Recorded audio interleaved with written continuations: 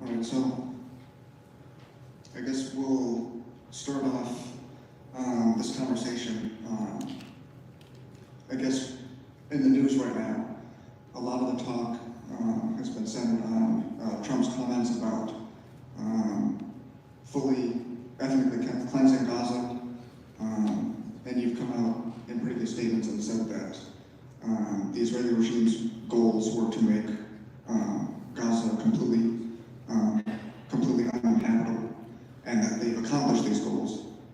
And so I guess my question is, over the past 15 months of genocide, what has shocked you the most? As someone who's kind of studied this topic or someone who's studied this occupation for decades, what over the last year and a half has surprised you the most?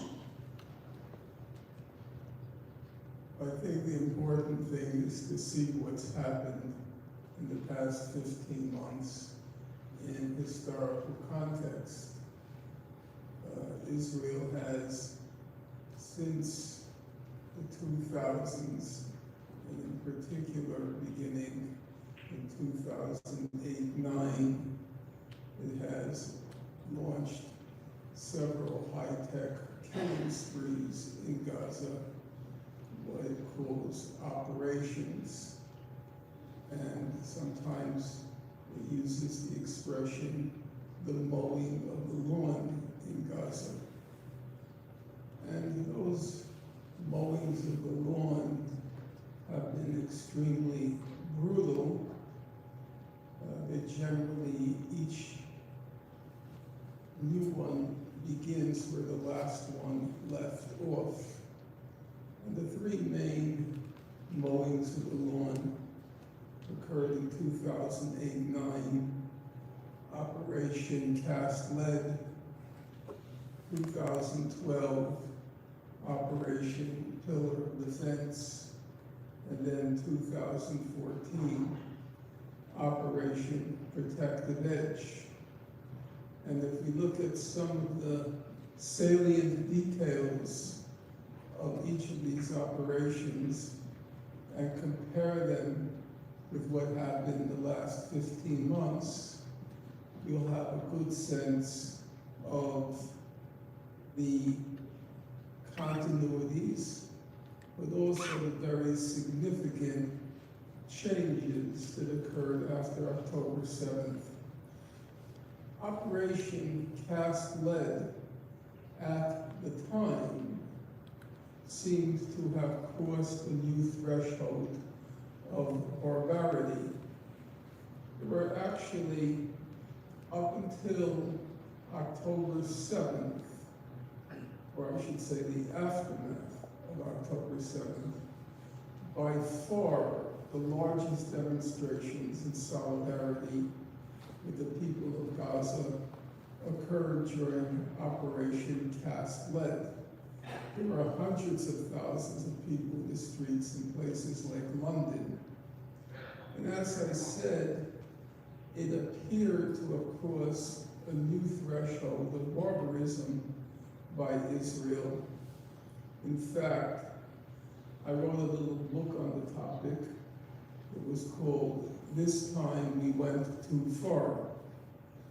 And I borrowed that title from the Israeli journalist Gideon Levy, who himself had written an article with that title. The point being, it seemed as if Israel had crossed a new threshold, and in fact it had. However, if we compare it to the last 15 months, it's barely a blip on the screen. During Operation Cast Lead, which incidentally Amnesty International put out a report entitled 22 Days of Death and Destruction, December 26th until January 17th. Israel killed about 350 children, and it destroyed or seriously damaged 6,000 homes. Now, if you compare that with, I should say, it also left behind about 600,000 tons of rubble. I will get to the current situation. I'll just lay out some of the prior Israeli operations. In Operation Protective Edge, Israel killed about 550 children and destroyed or seriously damaged 18,000 homes, and it left behind 2.5 million tons of rubble. So obviously, it was of a significantly higher degree of destruction than cast lead.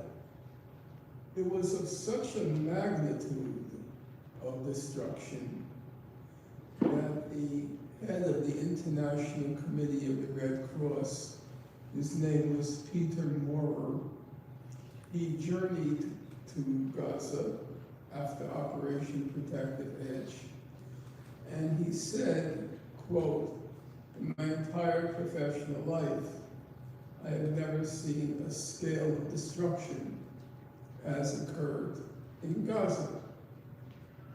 So now we come to the current situation. And the current situation, it's not 350 children who have been killed. It's not 550 children who have been killed. But it's now well into over 15,000 children who have been killed. In fact, Israel killed 1,900 children just in the first 3 weeks of October, from October 7th to October 31st. For those who are interested in comparisons, the next biggest number for children killed in a month was the most brutal year of the Bashar Assad regime.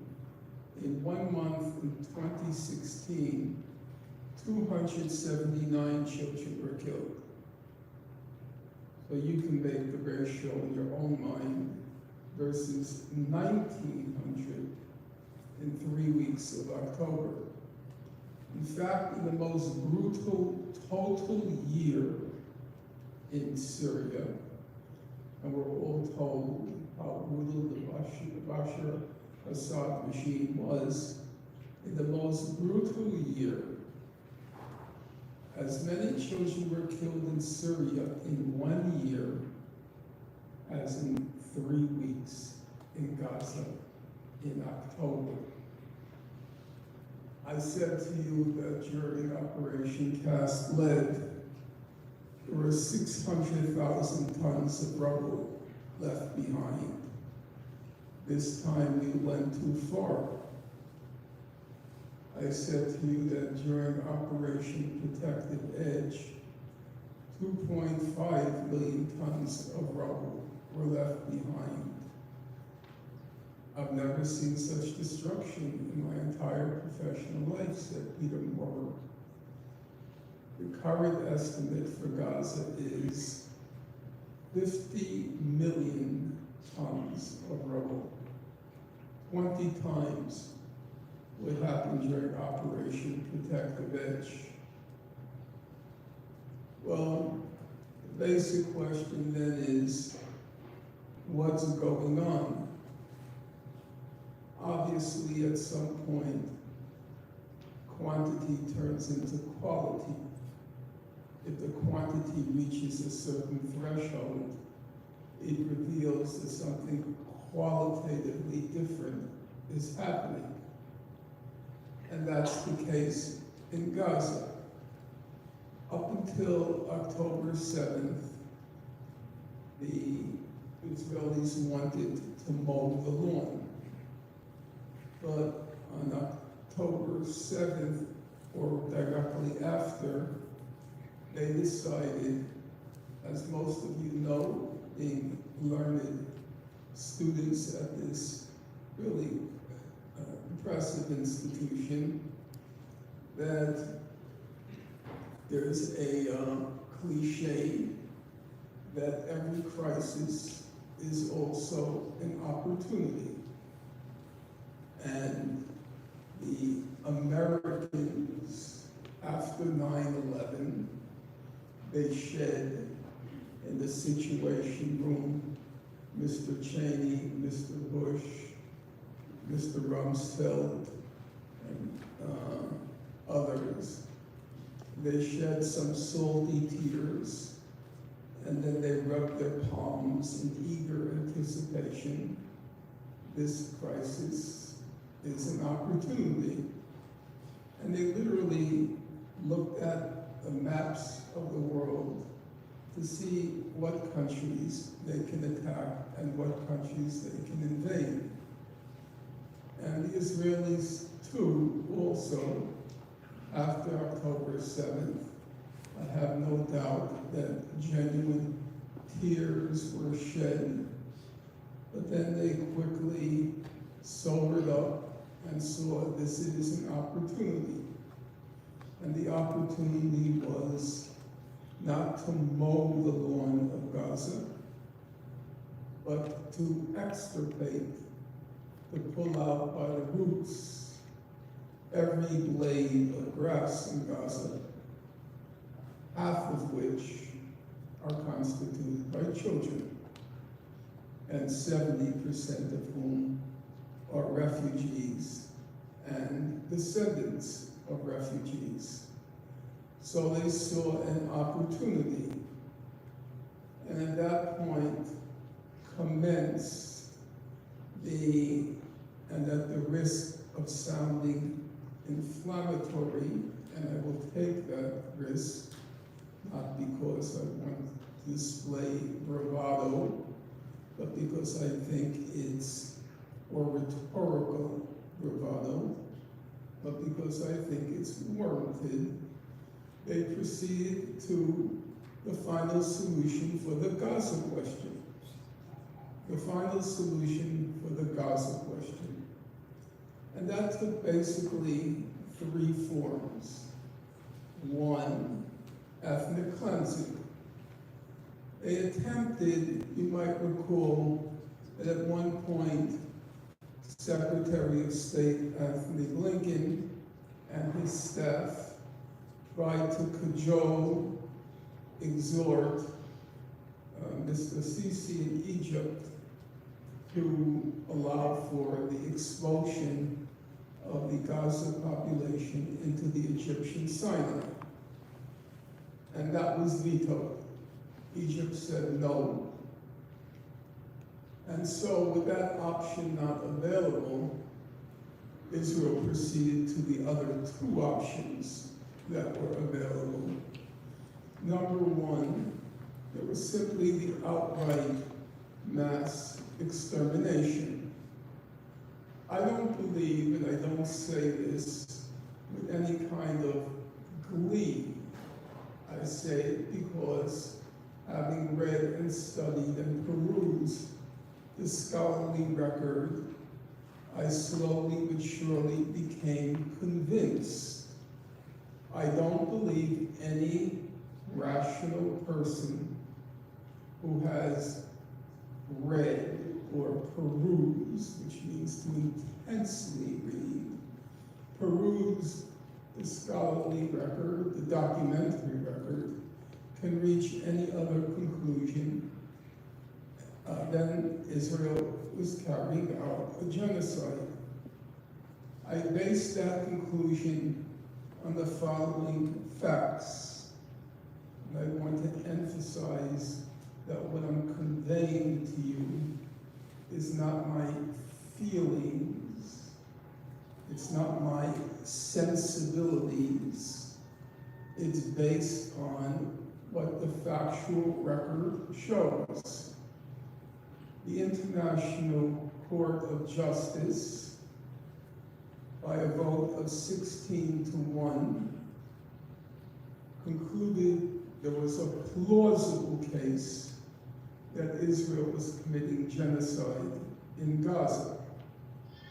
Subsequent to that finding of the ICJ, there were many reports that were issued.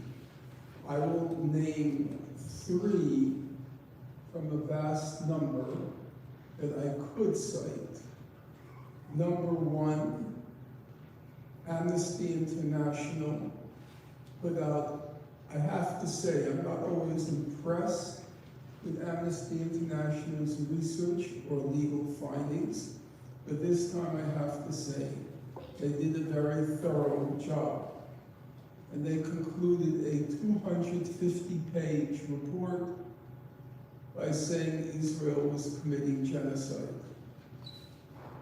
Human Rights Watch recently published a report documenting Israel's systematic and methodical denial of water to the population of Gaza. And they concluded that Israel was committing extermination and acts of genocide. The UN Commission of Inquiry, headed by Navi Pillay, they also put out a very extensive report, and they concluded that Israel was guilty of the crime against humanity of acts of extermination. Now, as I make this claim, or I should say as I recite the evidence, I'm not making an independent claim. I'm simply going where the evidence takes me. The most striking thing about the past 15 months is the nature of the evidence that has been brought to bear. For those of you who've studied this situation for a long time, typically you rely, when you want to reach a conclusion, you rely on the human rights reports. What did Amnesty say? What did Human Rights Watch have to say? What did Excel, the Israeli Information Center for Human Rights in the occupied territories, what did they have to say? What did the Palestinian human rights organizations have to say? This time it was very different. As most of you in the room know, Israel imposed a barbaric siege in Gaza beginning in 2006. And the economy imploded. There is no economy in Gaza. And as a consequence, all the international humanitarian organizations, all of which are familiar to you, if I were to mention CARE, if I were to say UNICEF, if I were to say United Nations Development Program, all the international humanitarian organizations, because the Gaza economy imploded as a result of the blockade, they set up operations in Gaza. And so for the past 15 months, it's they who have been reporting back the facts. It's the World Health Organization. It's CARE, it's Save the Children, it's UNICEF. All of the most respected human rights organizations in the world have set up operations there. If you look at the if you look at the South African, what is called application to the International Court of Justice, alleging that Israel was breaching the 1948 Genocide Convention. It's 84 pages, it's single-spaced, it has 500 footnotes, and each of the footnotes has multiple references. Well, already we're talking about a quite substantial document. But that's only half the story. The other half is all of their citations come from the most respected humanitarian organizations in the world. That was the basis for their claim that Israel was committing genocide. Now, as all of you, I suppose, know, Israel was also present at the ICJ hearings, and it attempted to defend itself. And what's striking about their submission is there were submissions, without going through the details because it becomes mind-numbing after a while, but the South Africa and Israel went before the ICJ in January, in February, in March, in May. And each time, South Africa came back with more references, more proof that Israel was carrying out a genocide. And what's striking on the Israeli side is, first of all, for the largest part, they wouldn't make public what their evidence was. They submitted a document, a dossier, to the ICJ, but they refused to make it public. But to the extent that we have public evidence from them, with only one exception from those 4 meetings at the court, with only one reference, all the references were to themselves. What their Ministry of Foreign Affairs says, what their Prime Minister says.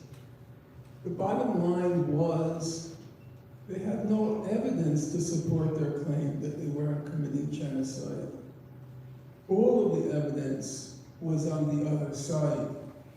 So I would say, based on the documentary record, which is at this point voluminous, South Africa just submitted what's called its memorial, which means its final statement before the ICJ.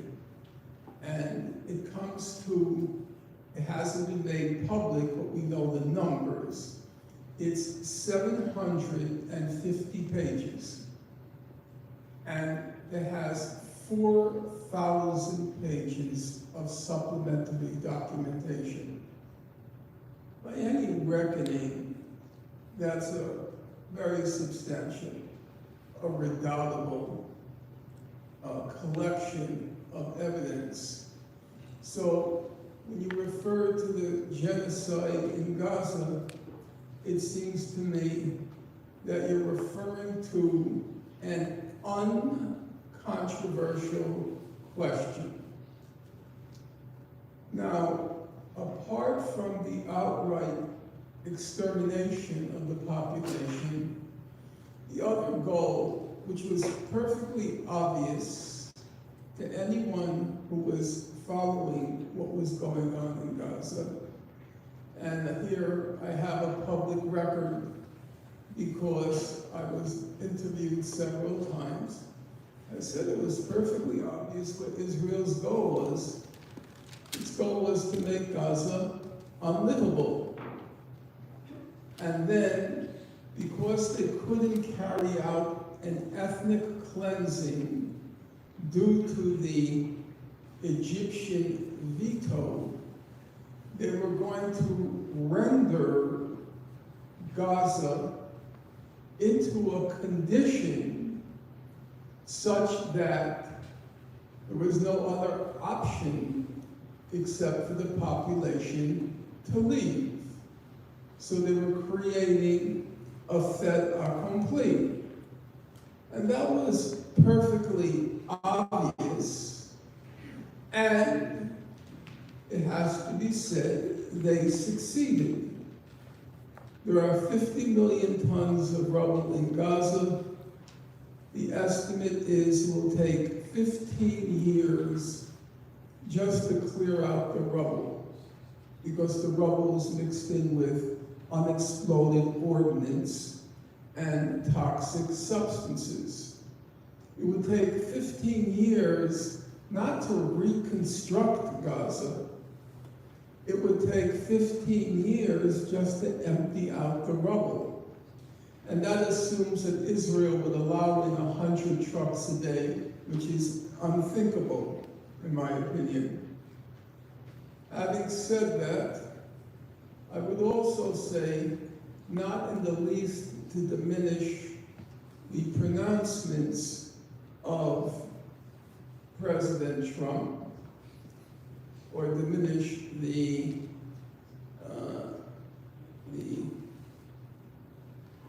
ill quality of those pronouncements. But at one level, he is pronouncing an accurate verdict on what the Biden-Blinken administration did. If I knew what Israel was doing, it wasn't targeting Hamas. Hamas was a sideshow, practically an irrelevance. It wasn't targeting tunnels. By their own admission, they hadn't a clue where the tunnels were.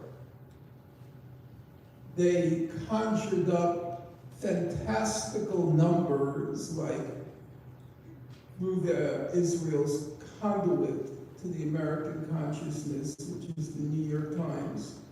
They conjured up numbers like 450 miles of tunnels, as if they had a clue how many miles of tunnels. On its surface, the number doesn't sound plausible.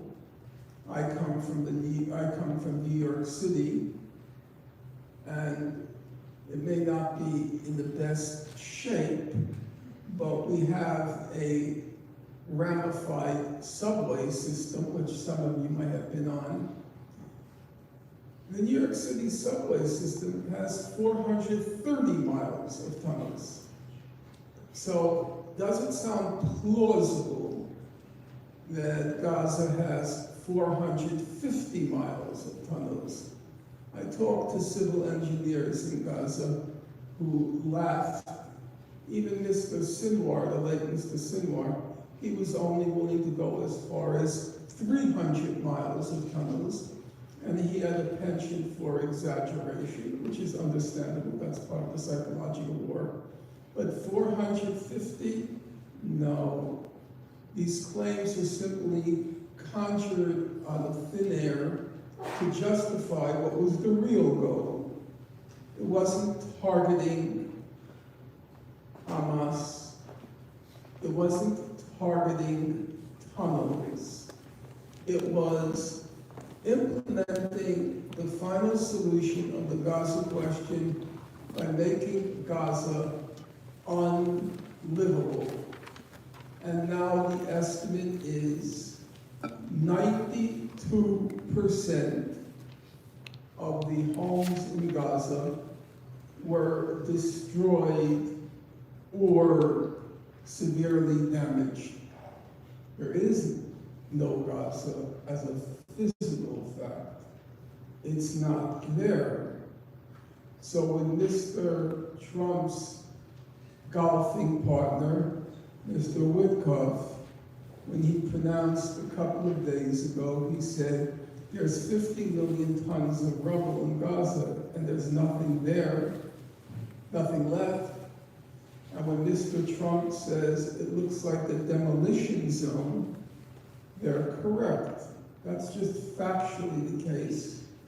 What was not said is that it was done on Mr. Biden and Blinken's watch.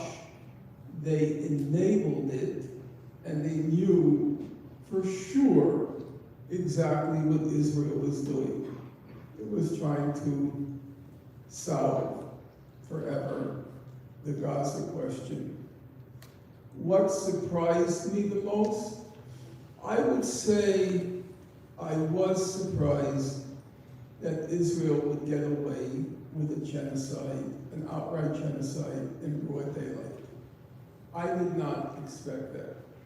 I thought just for this image sake, public relations, the US would put more constraints than it ended up putting. There were some constraints put, but they were very limited, and they allowed Israel to pursue with barely any constraints their objective.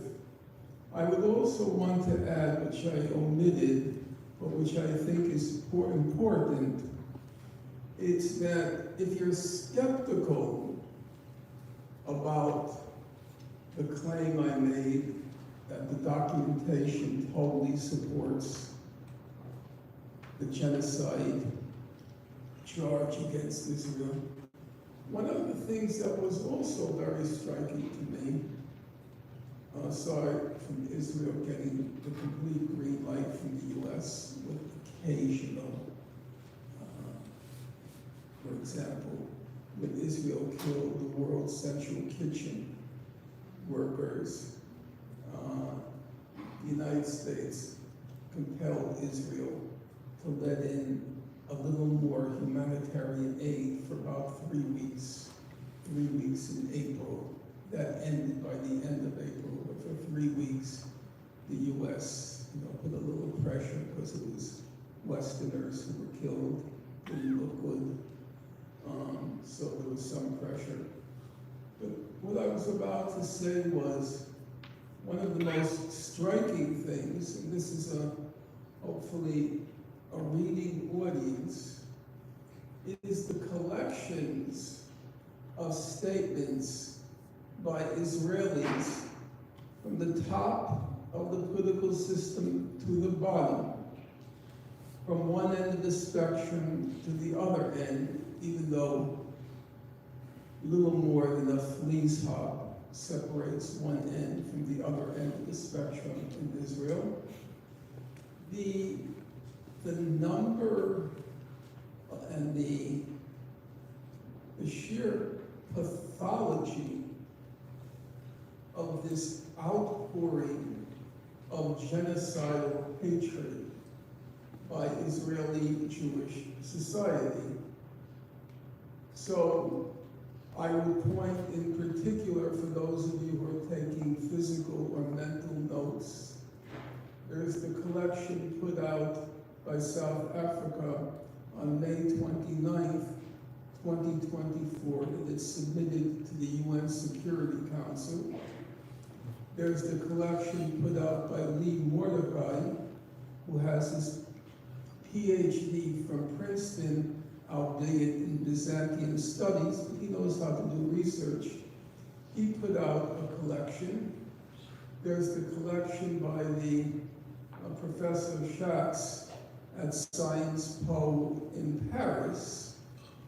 And I have to say, since you asked me, shock or surprise, I have to say, I sit, I read, and I read. On the way over here, I was rereading the South African collection, and it is so hard to fathom.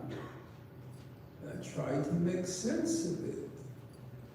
This kind of unleashing of the id, all of the ugliness and hatred, loathing, contempt for the people of Gaza.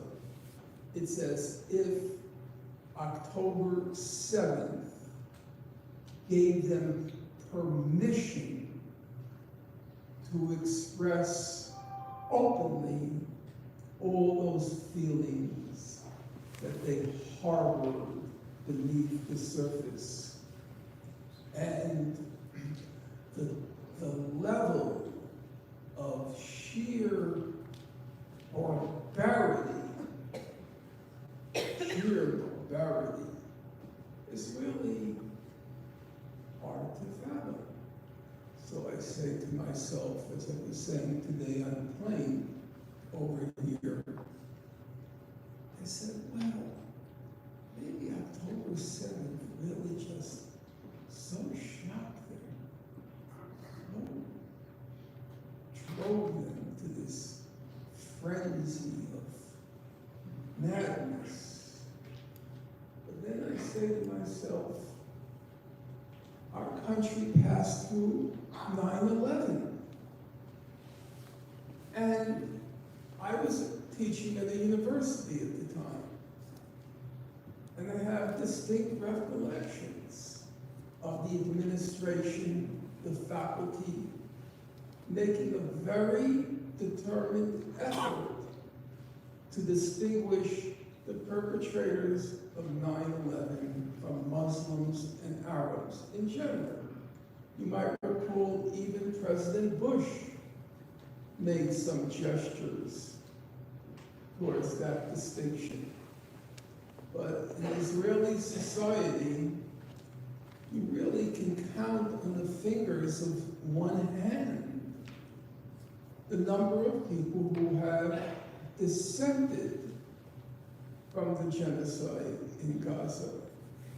It's not just political officials, it's pop music stars who compose these horrific anthems to genocide in Gaza. It's political commentators in the nightly news programs. It's a fact.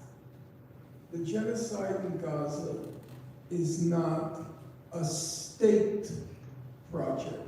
It is not a state project. It's a national project. It's a project in which the whole of Israeli society has joined in with enthusiasm and fervor. That's just a fact. I don't see how anyone, even in the first months, Lee Mordechai, who I met, he was in New York, he teaches at the Hebrew University in Jerusalem. He was the person I mentioned with the degree of Byzantine Studies from Princeton, the history department. And he commented in his collection, he said, even Haaretz went along with it, that bastion of Israeli, that tiny, tiny bastion of Israeli liberalism. And that is very hard to digest. You know, the Germans after the war, many of them said they didn't know. Okay? Well, you know what? They knew. At least they knew enough to know that something horrible was happening. Whether they knew about the gas chambers, you know, there's different opinions on that. But half of the Jews who were killed, they were not killed in gas chambers, they were just killed out in the field. They were shot down, lined up and shot down. Soldiers were doing it. Soldiers returned from the forefront. People who wanted to know knew. But you can't say, one, it was a totalitarian country, and so people were being brainwashed by the propaganda. You can't say, two, that it's true that the Nazis, including Hitler, always used this kind of elusive language. They would say things like, the Jews said, I said in 1939, if the Jews launch a war against us, they will not be laughing. And so in 1943, Hitler says, well, they're not laughing anymore. And there is an allusion, A-L-O, an allusion to what's happening, but they don't say it directly.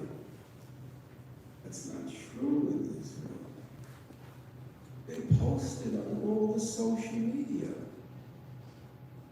They sing about it. They chant about it. One of their favorite chants now is May the Village Burn. It's a song line. There's not anything hidden in what's going on there. And I find that very hard to fathom, to make sense of.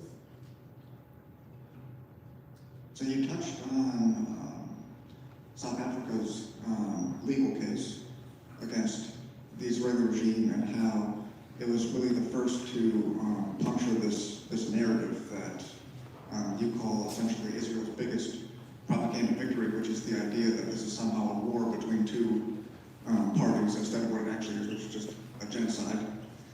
And I think that one thing that's fairly interesting is that the Israeli regime made it very obvious what their rules were. The Prime Minister said that we're fighting against Amalek. Yoav Galan said that we're fighting against human animals, no food, no water, nothing. Others have called Palestinian children vermin. So it was, it became incredibly obvious, right away, soon after October 7th, that this was, just a campaign of complete extermination. And yet, and as you mentioned also, Zionist occupation soldiers committing acts of genocide, killing women and children, wearing their clothes, posting themselves on social media, committing these atrocities. And yet, somehow in the West, as these narratives, are debunked month after month, the Zionists always seem to come up with some new narrative to excuse their genocidal behavior. So this kind of leads into a question from the audience, which is how have Zionist narratives and talking points changed over the course of this genocide? How will the ceasefire change the narrative, and what role do you think scholarship plays in debunking these narratives? Well, it's obvious when you read certain of the mainstream media that editorial decisions have been made. And the primary editorial decision that's been made is that everything started on October 7th with the Hamas attack, and B, Israel has engaged in the war of self-defense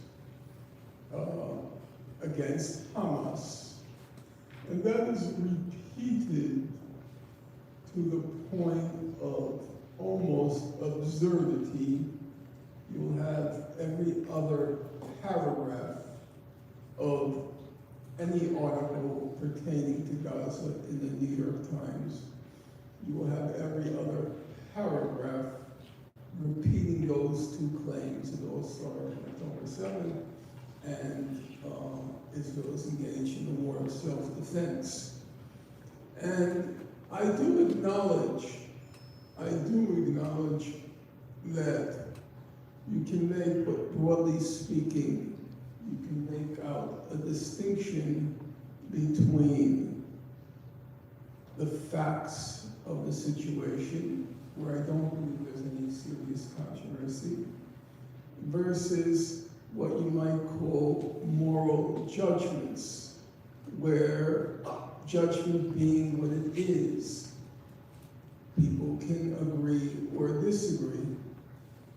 And from fairly early on, the two questions that were, you might call them the Piers Morgan questions, the two questions that were asked of any guest on the program were, first of all, do you condemn what Hamas did on October 7th? Now, I am of the opinion that that actually is a tough question. Once the magnitude of what happened on October 7th became clear, and that was by the third or fourth day, I did find it a morally fraught question for which there wasn't any easy or obvious answer. And as I've said in the past, and you'll forgive me if you heard me before, I was placed in a very, I would call it, morally challenging situation, because for better or for worse, for the past 40 years, I relied on my mentor and my friend and my comrade, Noam Chomsky, to render the moral judgments and I basically just did factual research. But I never felt equipped enough mentally to make complex moral judgments with any confidence that I had some special insight. And it happened that Professor Chomsky was not available at the time of October 7th. I do want to just briefly clarify on the question of October 7th, what happened. I do not believe there is at this point any serious doubt, any serious doubt that Hamas committed massive atrocities on October 7th. But I do not believe, and I do not believe that evidence shows, we know for certain that the beheaded baby's story was fabricated, and I do not believe, having studied carefully the evidence, that there is any evidence of mass rape on October 7th. In fact, there's no evidence at this point of any rape on October 7th. For those of you who find that a controversial statement, I would simply, without going through the evidence, and during questions and answers, you can drill me to the end of time, and I'll be happy to field your dissents. The UN Commission of Inquiry and Human Rights Watch, both of which were very tough on Hamas, in my opinion, unjustifiably so in certain instances. They both said, and I'm quoting them now, Human Rights Watch and the UN Commission of Inquiry, they both said, we cannot confirm that rape occurred on October 7th. We cannot confirm that rape occurred on October 7th. So when I say atrocities of a significant magnitude occurred on October 7th, I do not include those cases, the alleged beheadings, which quickly revealed itself to be unfounded, and the rape allegation, which continues, but which not in my opinion, I've looked at the record, there's no evidence for it. For those of you who want to dispute me, I don't want to get diverted, but once I make a claim, I feel obliged to support it. The most striking thing in the report by Pramila Patten, the Secretary General's Special Envoy for Sexual Violence, who was shown around by Israel, she says in her report, we have no medical legal evidence of rape, no forensic evidence of rape. And there, it seemed to me, there was the plausibility of an argument. They say that Israel was unprepared for the magnitude of the killings, and so they processed bodies very quickly, and they didn't preserve the kinds of forensic evidence that would be necessary to document rape. Okay, that's a plausible explanation. I don't know how sound it is, but fine. But there was one thing that was very striking, and you can judge for yourself. You're as capable of thinking for yourself as me. Pramila Patten said that she examined 50 hours of digital evidence, CCTV, dash cam, body cam of the militants who were killed. Dash cam, body cam, CCTV, and iPhone. She said we examined, I'm giving you her numbers, 5,000 photographs. And she said, we did not find any digital or photographic evidence of sexual violence.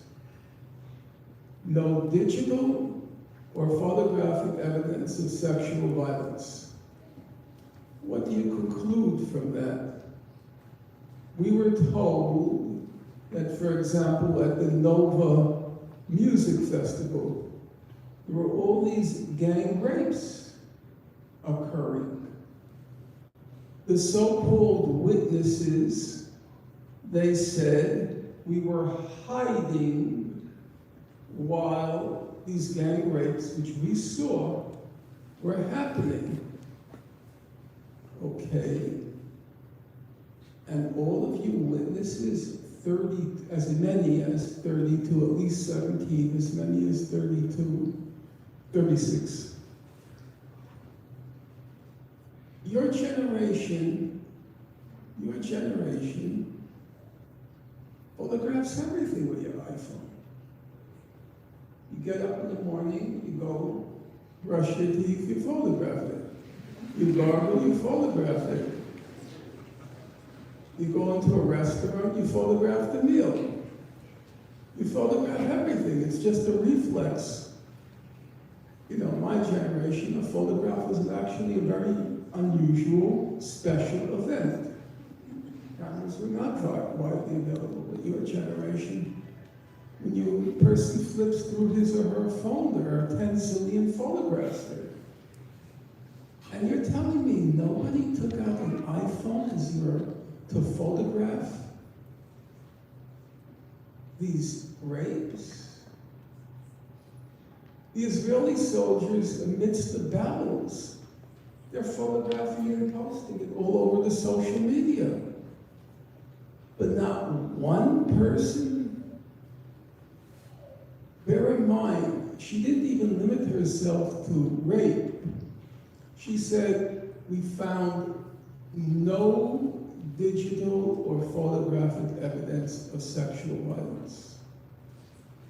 Well, you draw your own conclusions from that. How can that be? Is that plausible? Is that credible? In any event, to get back to where I was before I digressed, so I was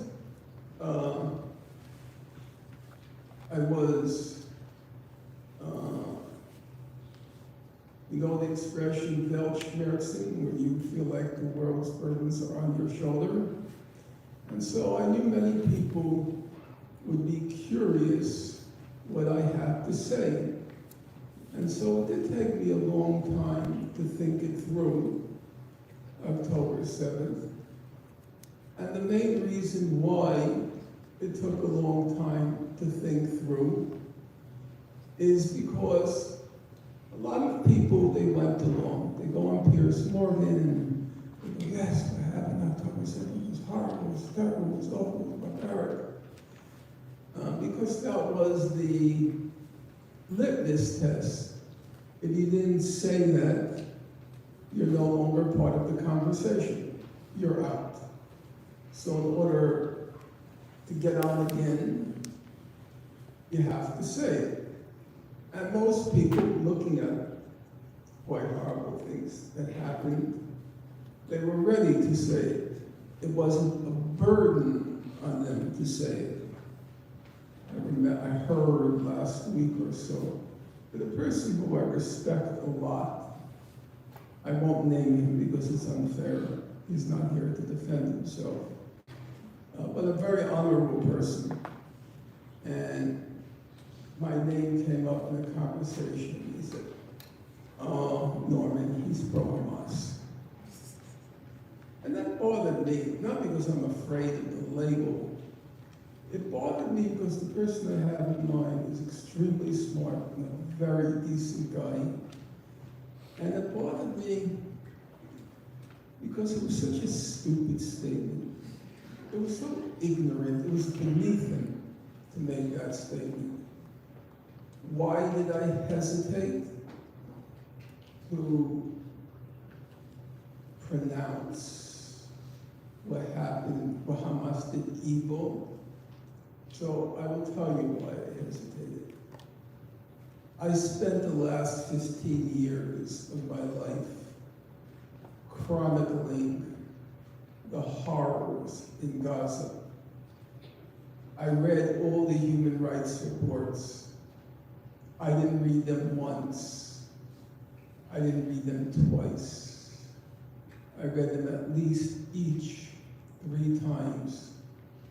And there are thousands and thousands and thousands and thousands of pages of the horrors, the sheer barbarism that's been inflicted on those people.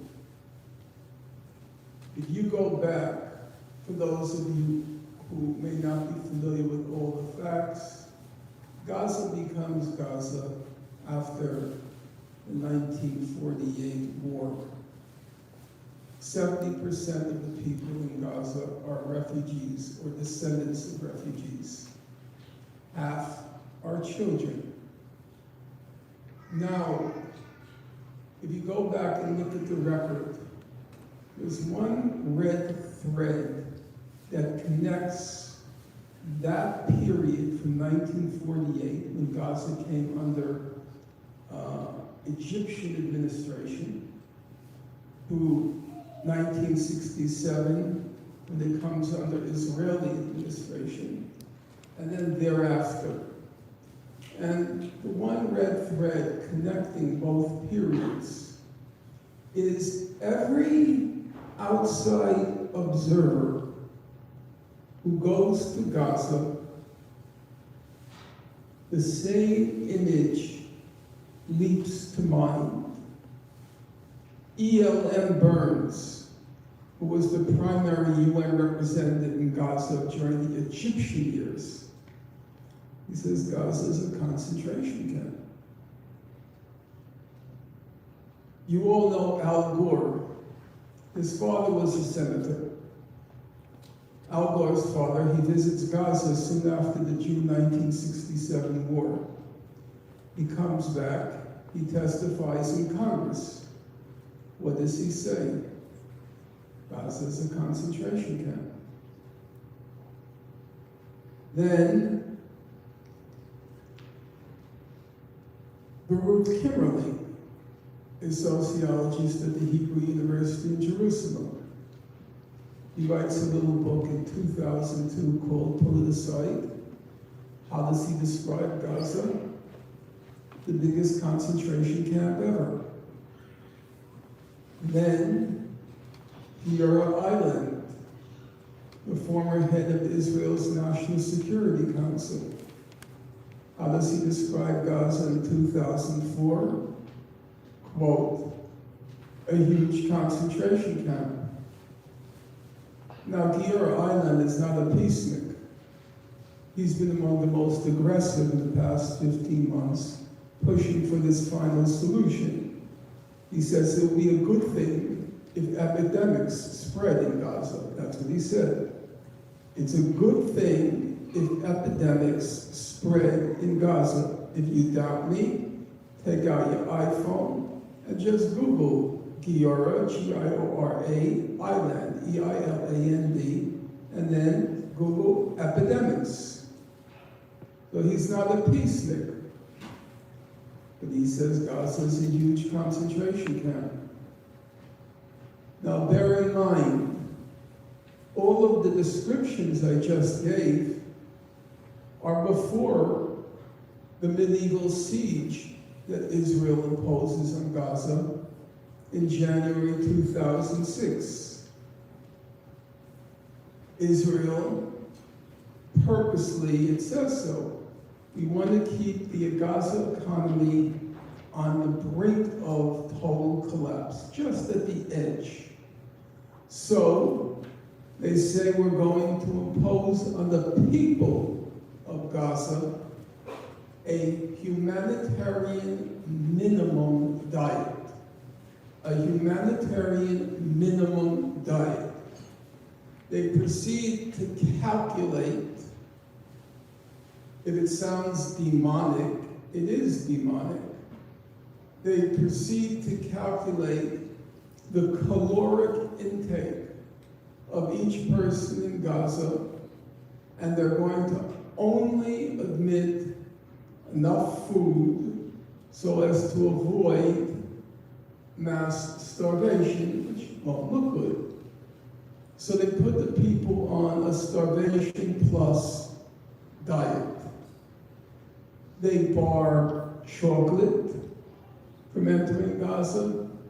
They bar potato chips from entering Gaza. They bar baby chicks from entering Gaza. They bar condiments from entering Gaza. They bar children's toys from entering Gaza. They bar notebooks from entering Gaza. At some point, they banned so many things that they reversed themselves and just produced a list of what they will let into Gaza. So, you have a concentration camp now subjected to this barbaric, criminal, medieval siege. And then, on top of that, as I already discussed, there are the periodic mowings of the lawn in Gaza. So, by October 6th, Gaza had disappeared from the news. Even I had given up. I started to write on different subjects. I decided this was all pointless. The last book I wrote on the topic, it sold 370 copies, according to my mortified publisher, of which half I myself purchased for reasons not worth going into right now. So, by October 6th, 60% of the people, young people in Gaza, the folks your age, 60% of them were unemployed. The only thing they had to look forward to when they got up in the morning was to pace the perimeter of Gaza, 26 miles, the length of a marathon, by 5 miles, the length of Coney Island seashore, which I jog every day in the summer and spring. That was it. They were, with no exaggeration, no hyperbole, no poetry, but sticking strictly and narrowly to the facts. Most of the young men who burst the gates of Gaza, they were in their early 20s, they had been born into a concentration camp, according to Gier Island. They were left to languish in the concentration camp. And as of October 6th, when all the talk in the town was whether Saudi Arabia would join the Abraham Accords, all Gaza had vanished. And so all they could hope for was to die in that concentration camp. It was like an elephant burial ground. And so, that being the case, and I having spent not an inconsiderable amount of time examining that record, I could not, in good conscience, condemn, even though I have no problem, because I abide by the credo that one, never quarrel with facts.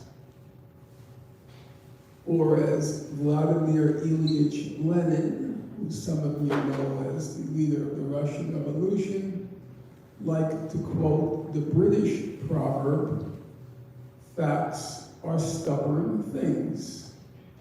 And I recognize that horrible things happened on October 7th of a significant magnitude. However, I wasn't prepared based on my background knowledge.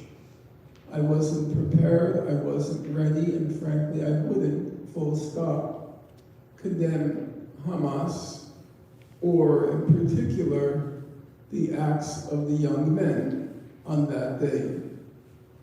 Now, some of you, there are two additional points I would want to make. First of all, one can have a legitimate dissent on the grounds that maybe Hamas didn't exploit all the options available to it before it resorted to October 7th. That's a legitimate query, but it's factually incorrect. You're happy you can feel free to ask me during questions and answers. I will simply say in shorthand that Hamas tried diplomacy. It expressed a willingness to settle the conflict on the basis of international law, which means two states along the June 1967 border. We have a clear record on that. Those efforts were rejected by Israel. Hamas tried international law. I know some people will snicker and other people will laugh and other people will heap ridicule on that idea that Hamas, or as the Israelis like to say, Hamas, tried international law, but you know what? Facts are stubborn things. The record shows that they attempted to cooperate with the various UN and human rights missions of inquiry. And even though those missions, the human rights organizations, were absolutely ruthless with Hamas, charging them with war crimes of every imaginable kind, Hamas didn't care. They were looking for justice, and they were willing to accept the worst allegations against them and still cooperate with the international human rights and UN organizations. What came of them? Voluminous reports of uneven but often very good quality, which then just collected dust in the drawers. They were never acted on, the most famous of which was the Goldstone report, but there was also the Mary McGowan Davis report and many others. And then, this will even sound more amusing to those who thrive on ignorance. In March 2018, they tried nonviolent civil resistance. They joined in the popular effort. They didn't they didn't initiate, but they supported what was called the Great March of Return. It was an overwhelmingly nonviolent civil revolt. They tried it.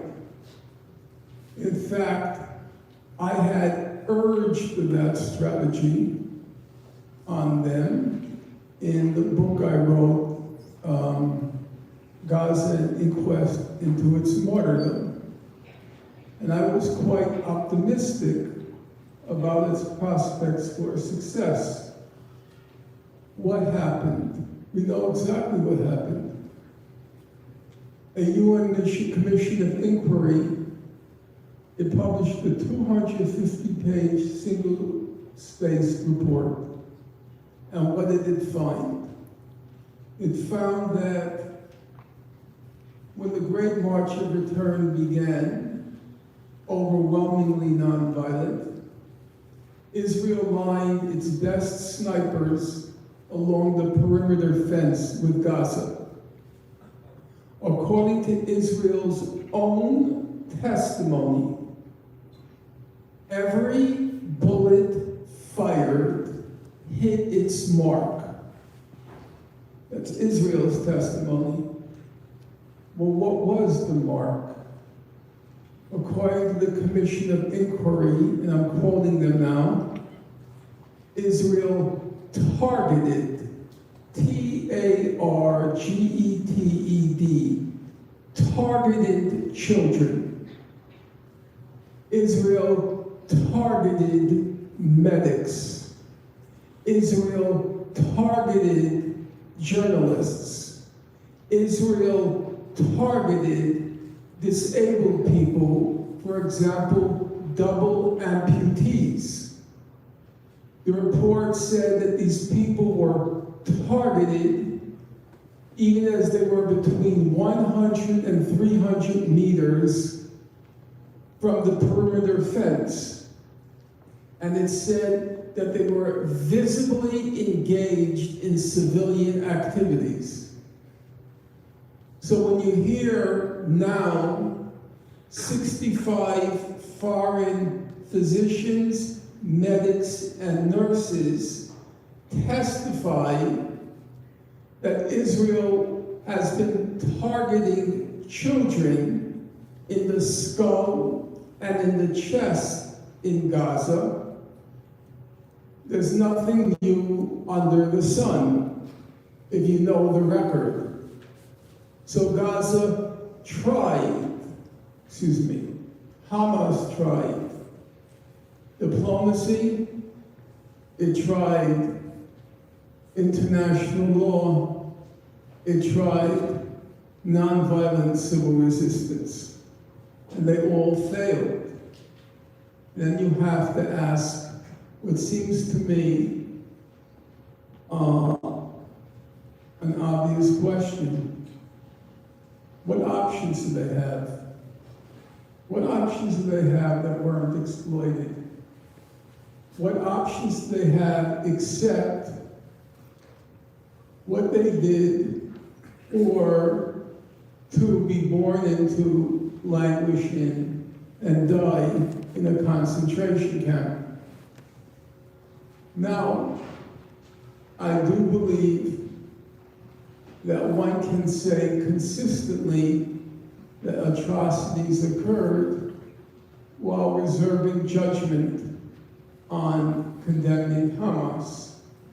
And the example I found most compelling was the case of our own slave rebellions in the United States and the slave uprisings in the Caribbean.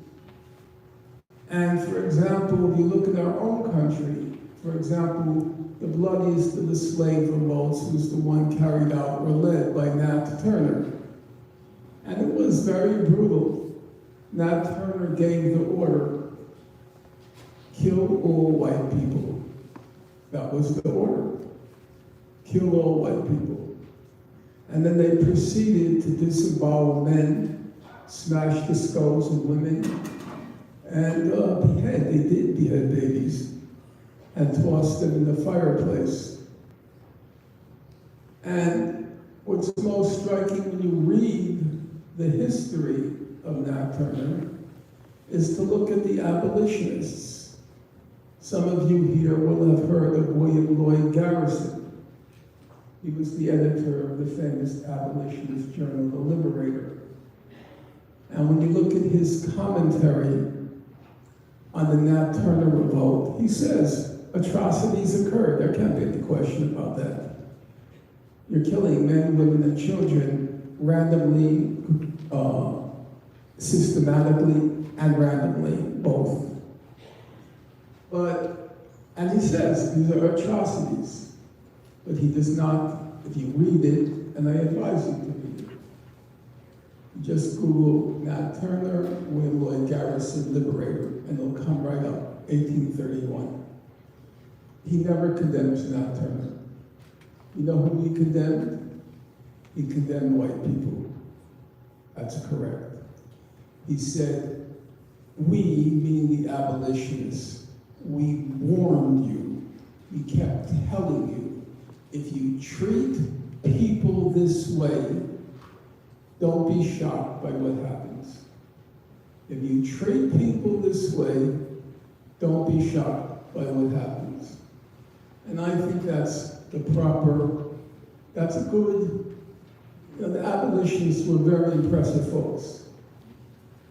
They were very impressive folks. They put their lives on the line.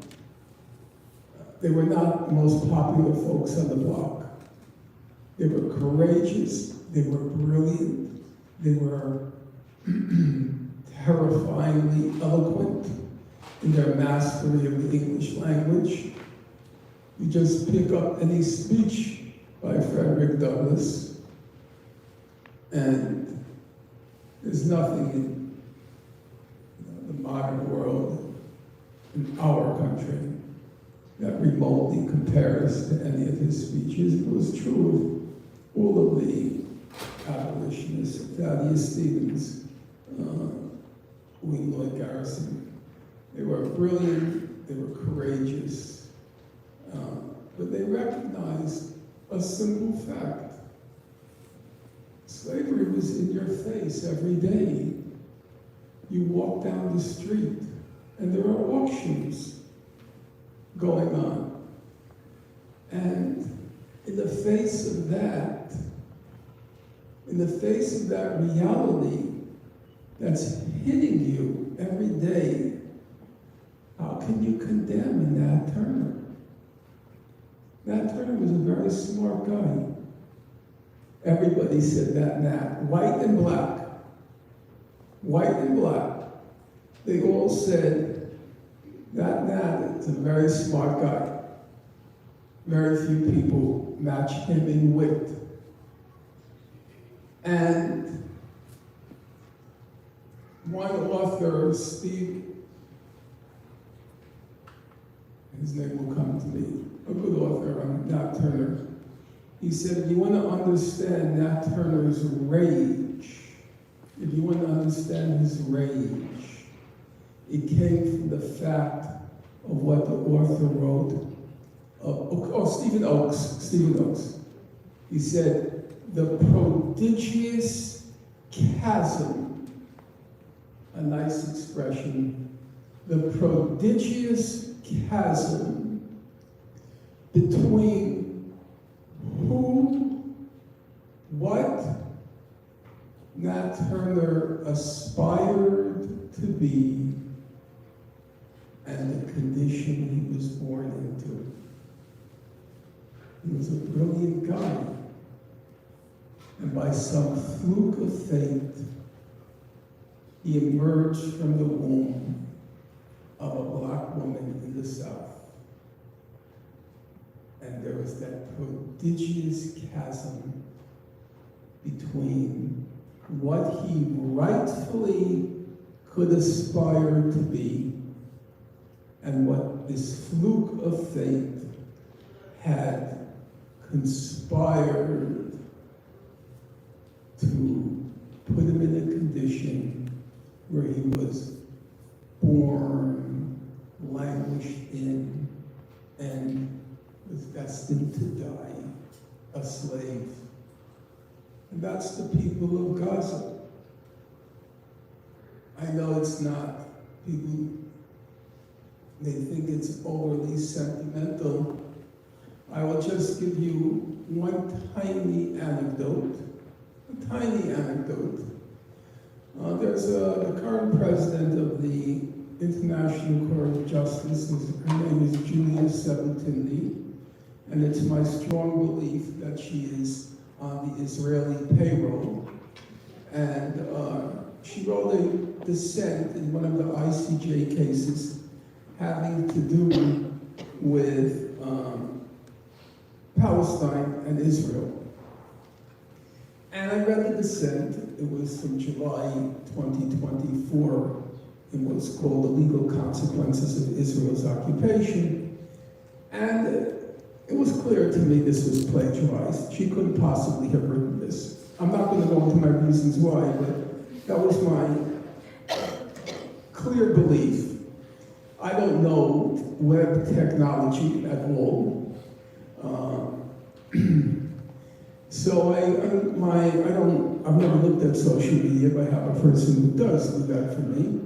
I asked her to just post on the social media. I asked her to post, I need some research done on plagiarism. If you know the tools, how to do that sort of stuff, contact me. And about 20 pretty impressive people contacted me.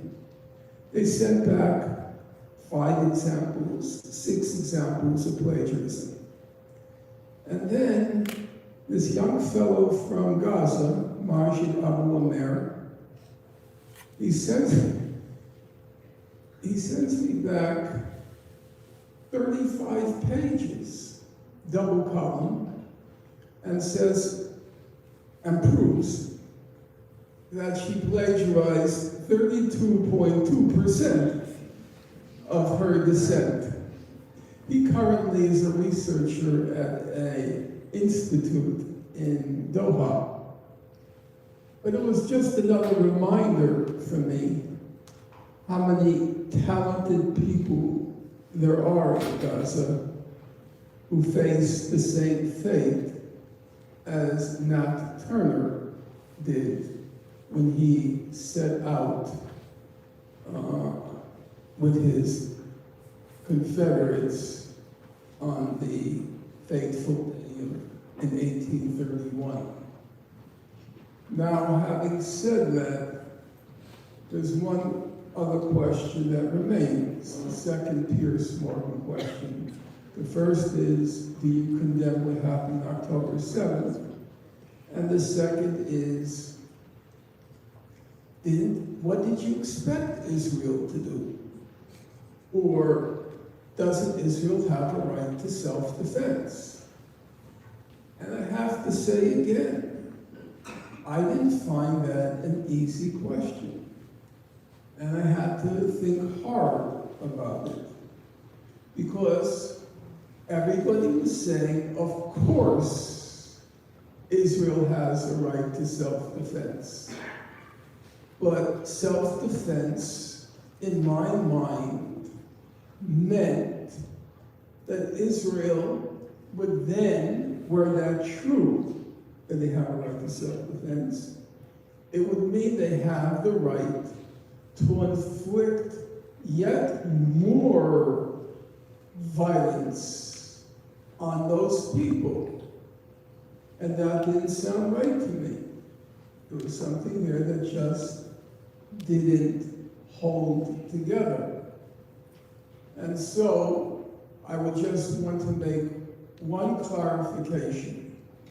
A, Israel is not engaged in a war of self-defense. It's engaged in a genocide.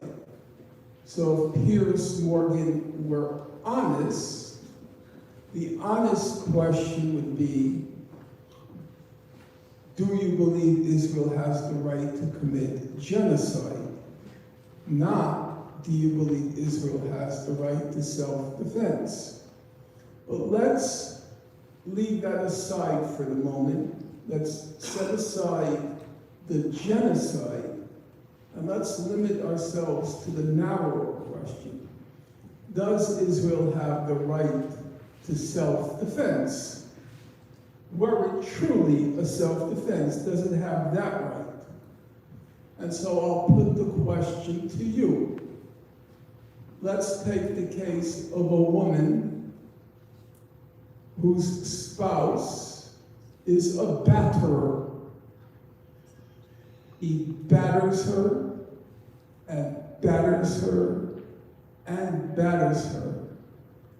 She shrieks in torment, hoping that a passerby will come to her aid. The passerbys, they hear her and they ignore her. She then summons the courage to call the police. The police come to the home, like those human rights organizations. They do an investigation, like those commissions of inquiry. They write up their findings. They then present the UN commissions, the human rights organizations, and the police. They present their findings to the relevant party. What happens in the case of the woman? The police present the findings to the district attorney. He takes them, he reads them, he puts them in a drawer to collect dust. And that's exactly what happened the past 20 years in Gaza. And then one day, the woman decides to take her fate into her own hands. She grabs a kitchen knife as he approaches her, and she stabs him. And she stabs him a second time. And she stabs him a third time. At this point, he reaches for his pistol, he kills her. Now, those of you who are lawyers in the room, you will, I think, be able to confirm that almost certainly, not always, but with a very high probability, he will be acquitted on the grounds of self-defense in a court of law. He will win the case in the court of law. But, as we know, there's a higher court. There's a court of moral justice. And so you ask yourself the question, after beating and tormenting this woman for 20 years, did he have the right to self-defense, or did he forfeit that right based on his actions for 20 years? I believe he forfeited the right, and that Israel, even in the narrow sense, had lost any right to self-defense. I think we can make this metaphor actually a little bit more accurate if we say that instead of they're married, the man broke into the house and then gaslit the woman into thinking, oh yeah, God gave me this house 3,000 years ago, and now it's mine. And I'm going to rape and torture you in front of everyone, and then when you fight back against me, I'm going to play the victim. So I think they forfeited the right when they broke into the house. That's what I was.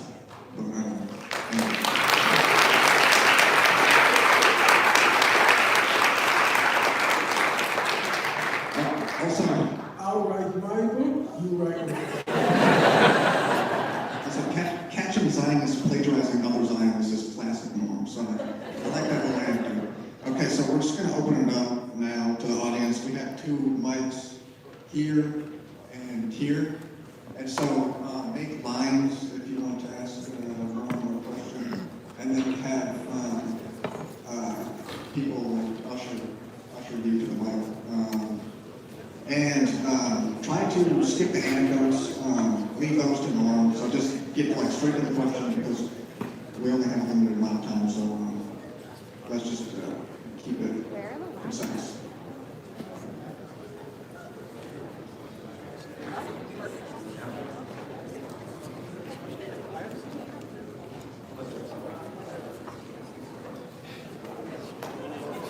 Oh,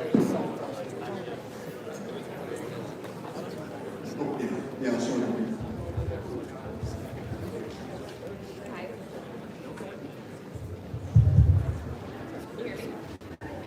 Yeah. Sure.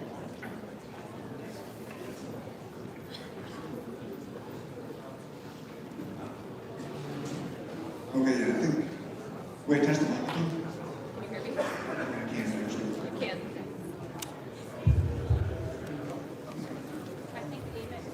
Check. Okay, now it's working. Can you hear me? Yeah. Okay.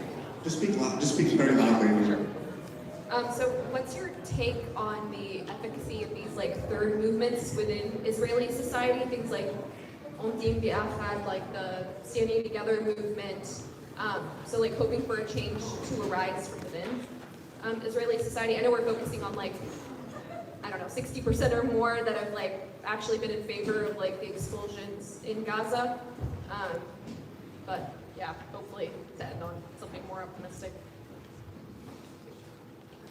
I don't believe it's a question of being optimistic or pessimistic. It's a question of going where the facts lead us. And where do the facts lead us? Israel is probably the most whole place on God's earth. The polling shows that since October 7th, roughly, sometimes more, sometimes less, 95% of Israeli Jewish society believes Israel is either using enough force or too little force. Only 5% of Jewish society believes Israel is using too much force in Gaza. Number two, I would say that, as I've already indicated, I do not accept the extenuating claim that Israelis are being brainwashed by a prejudiced media or a state-oriented media.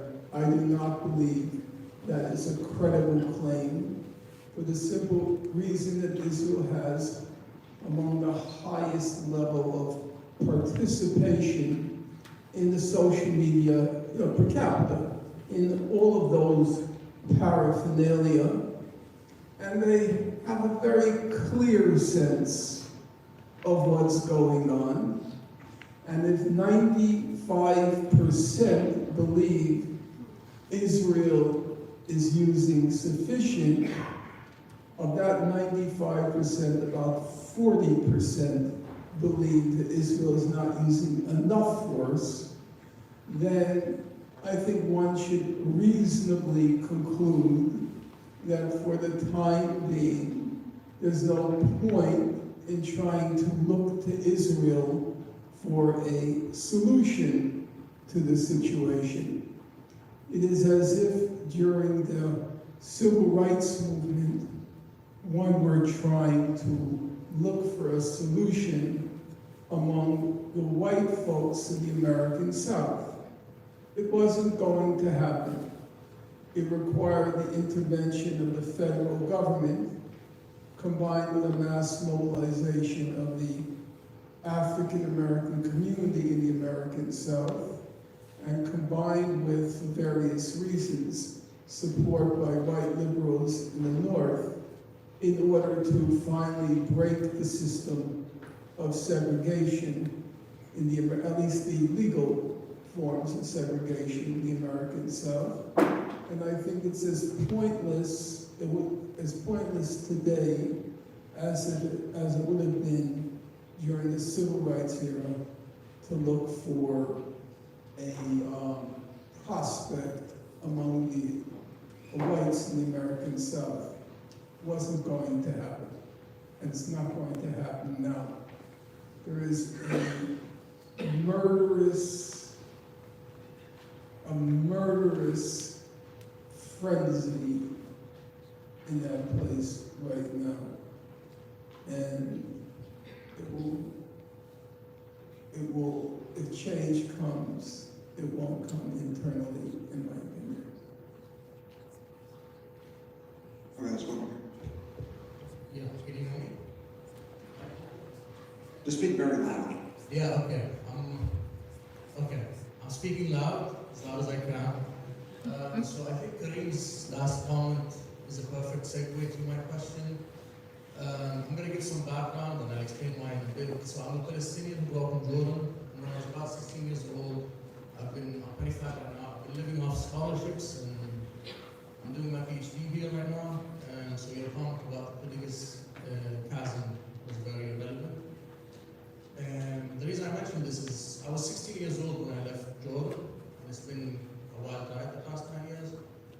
My grandfather in 1948 was about 16 years old when the Nakba happened. So my question to you is, a lot of people say history didn't start on October 7th, but it also didn't start in 1967. So my question is, and this is something that I rarely see being talked about, and it's quite relevant to the current situation. So the upcoming settlements in Gaza, will people of upstanding morals such as yourself consider legitimate in 2080 or so? So, yeah, thank you.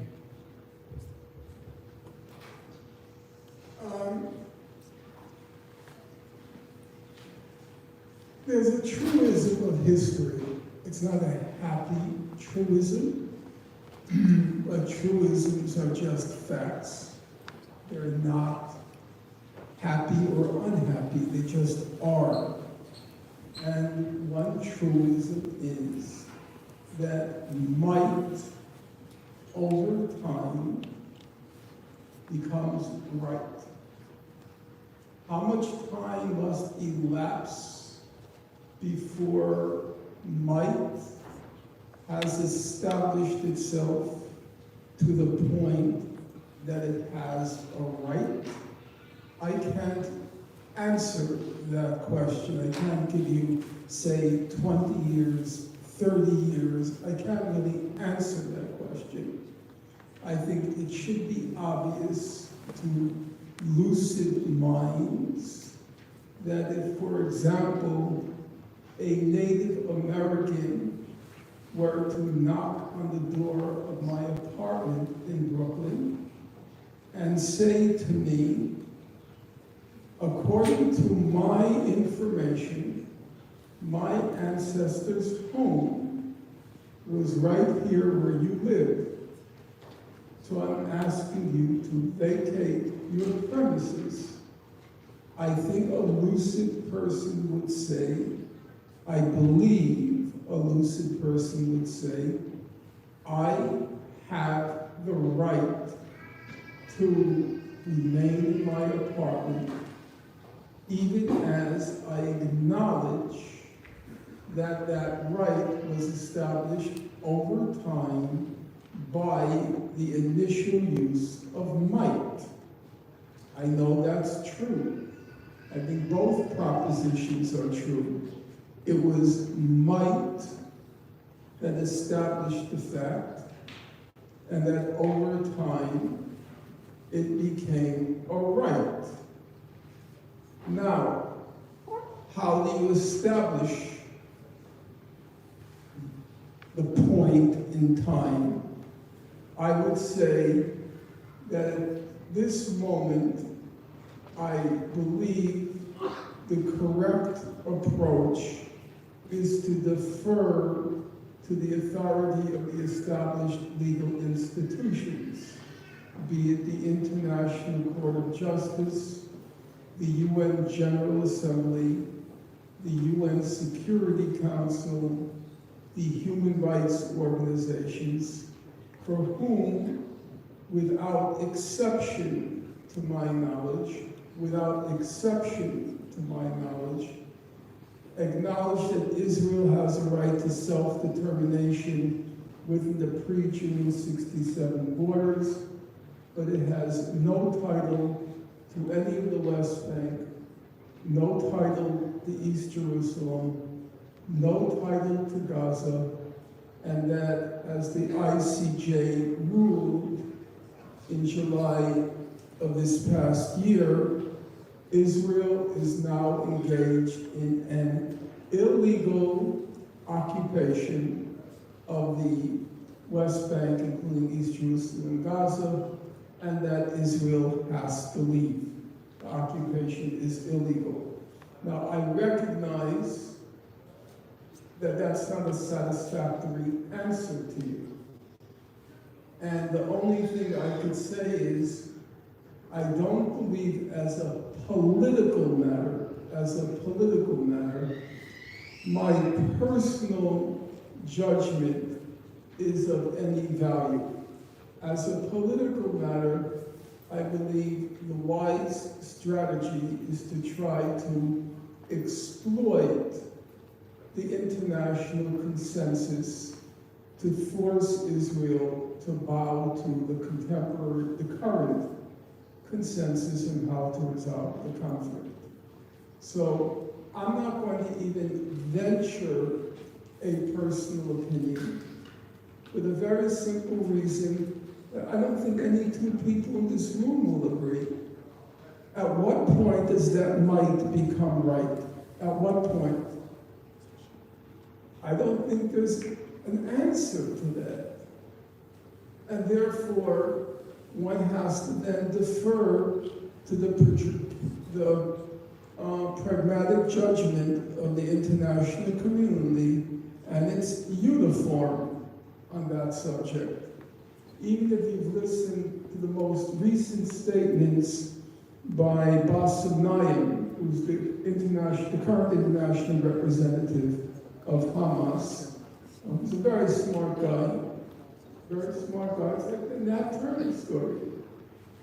Whenever you see Bassem Naim, I don't agree with most of what he has to say, but personally, hey, the guy has 2 PhDs from Germany. He's Nat Turner. And I said to him, I occasionally correspond with him, and I said to him in the last correspondence, I said, I wasn't aware you had 2 PhDs from Germany. That's pretty impressive. I said, you just didn't deserve the life you got. Just speaking factually, I wasn't trying to evoke sentimentality. You just didn't deserve that life.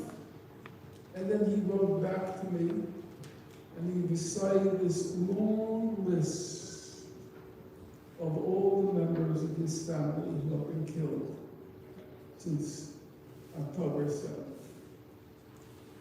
I mention that because if you listen to his statements, he's very careful about what he says. He says, we want our own state. He does not say 48. Now, there's elements of ambiguity, I recognize that, in his formulations, but he recognizes that if he says 48, he's out of the conversation. You lose the UN, you lose the International Court of Justice, you lose everybody. So, I think that's politically the wise strategy. But I can recognize personal grievance, and I can recognize that it doesn't seem like a terrific deal. I know that.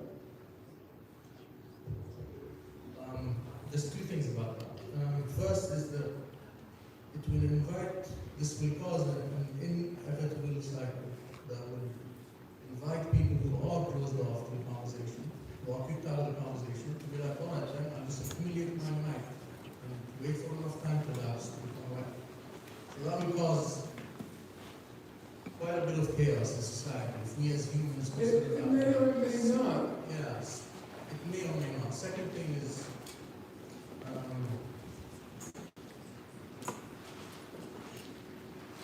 especially the fact that there exists conversations outside of these mainstream conversations that address the injustice that occurred in 48, because I'm not going to stand here with the decency of a human being and claim, as Edward Said said, that we should keep people off the land. That's not what I'm saying. But if you don't address the injustice, people will realize the only way is accumulating say I'm a professor studying well, but certainly I was familiar with his writing. And for most of his life, not at the end, for most of his life, he believed that an apology was necessary and a recognition of the wrong done. But beyond that, he supported the international consensus until the point came where he didn't believe it would ever happen. And so he ceased. I would like to, he ceased to advocate for two states. He started to talk about one state. Look, folks, politics is about, at the end of the day, politics is about the balance of forces. What you can realistically hope to achieve at any given point in time. I don't believe that if you look at the world stage, you look at the international balance of forces, or even the internal balance of forces, there is any possibility at this point in time, or any time in the near future, in the foreseeable future, there's any possibility whatsoever for one state. And I see no point in casting poses and moral posturing or moral purity. We have to be sober and realistic about possibilities, unless we want to just pose for the cameras, and I don't think that's politics. So, Some people lack the imagination. excuse me? Some people lack the imagination. He said some people lack the imagination.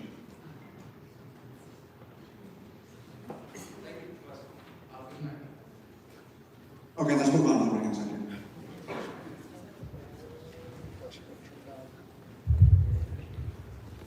So, can you hear me? One of the greatest challenges for Palestinians is just to stay on their land. Already half of Palestinians are in exile, forbidden to return. Given the destruction of Gaza and what is happening now in the West Bank with the, driven 26,000 people out of the Jenin refugee camp, and Sotregata and East Jerusalem goes on, and the state support of that kind of displacement and claiming yet more and more Palestinian land. If you could just comment on the situation that Palestinians are facing by losing land, which for Palestinians is not only their cultural heritage, but their livelihood. And I have to say, I also disagree with you about the comment that you just made. We do have to imagine the fact that half of Palestinians have the right of return. Israel currently has a law of return, and there's no reason why one people should have the right to live in that land and forbid half of the population to live there as well. So we have to imagine that, and that many people do, and that is a real conversation, and it's not a non-starter. So I happen to disagree with you on that, and feel free to comment more. I believe there is a misunderstanding. At the risk of offending many people in the room, I kept now in my ripe old age, I kept my ideals of my youth. I still believe in communism.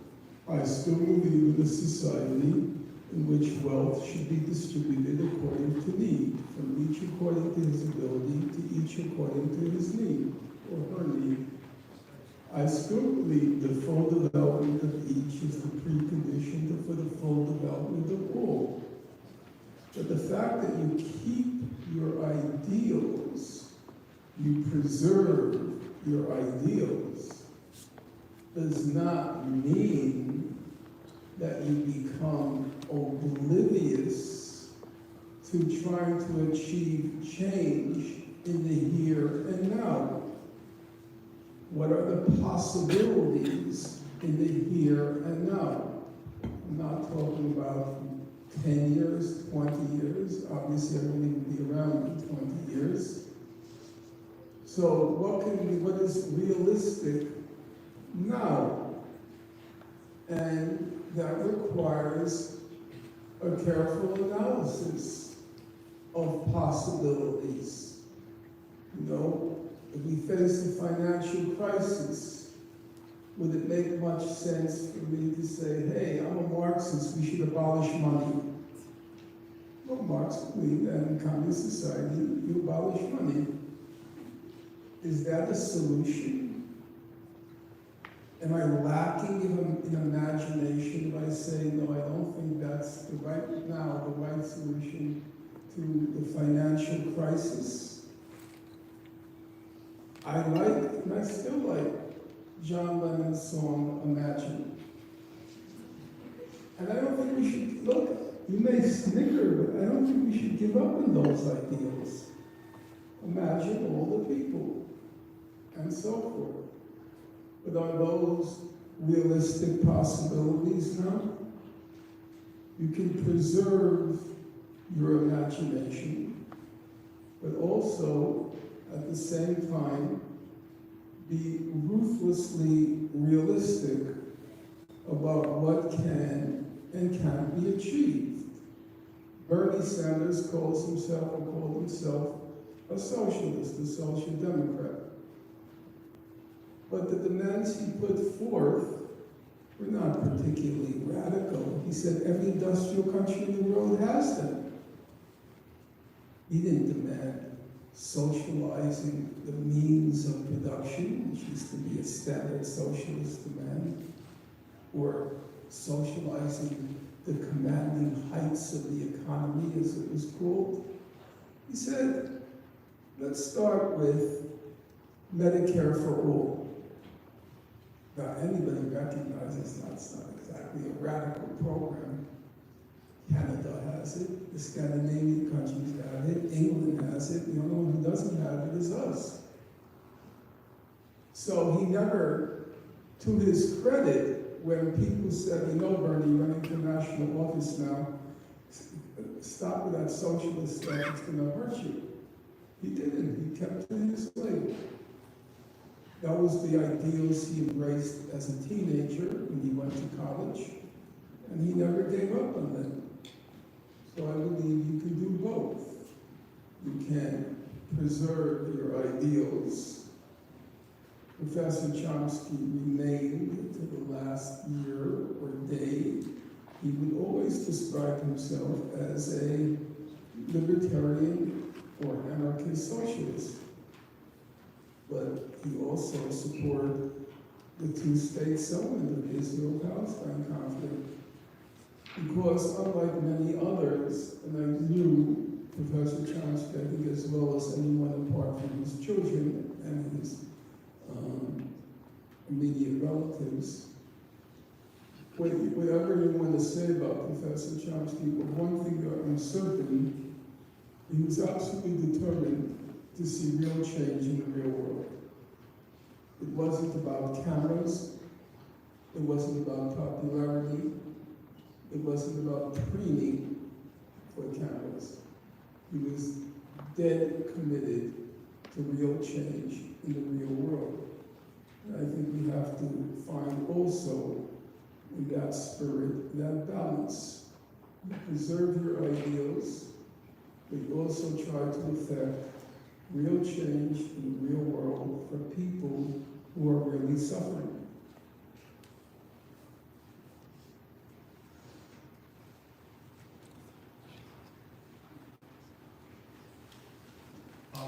I think as a college student trying to advocate for Palestine, the biggest thing I notice among my peers is a sense of apathy from the average person. And people don't see a reason to care or feel it's not applicable to them. And I think Gaza is an issue that does matter to everyone. But it's hard to convey that to people who see it as a single issue or something not important to them. And that doesn't really apply to them. How can we students go about bringing this topic to mind with those people?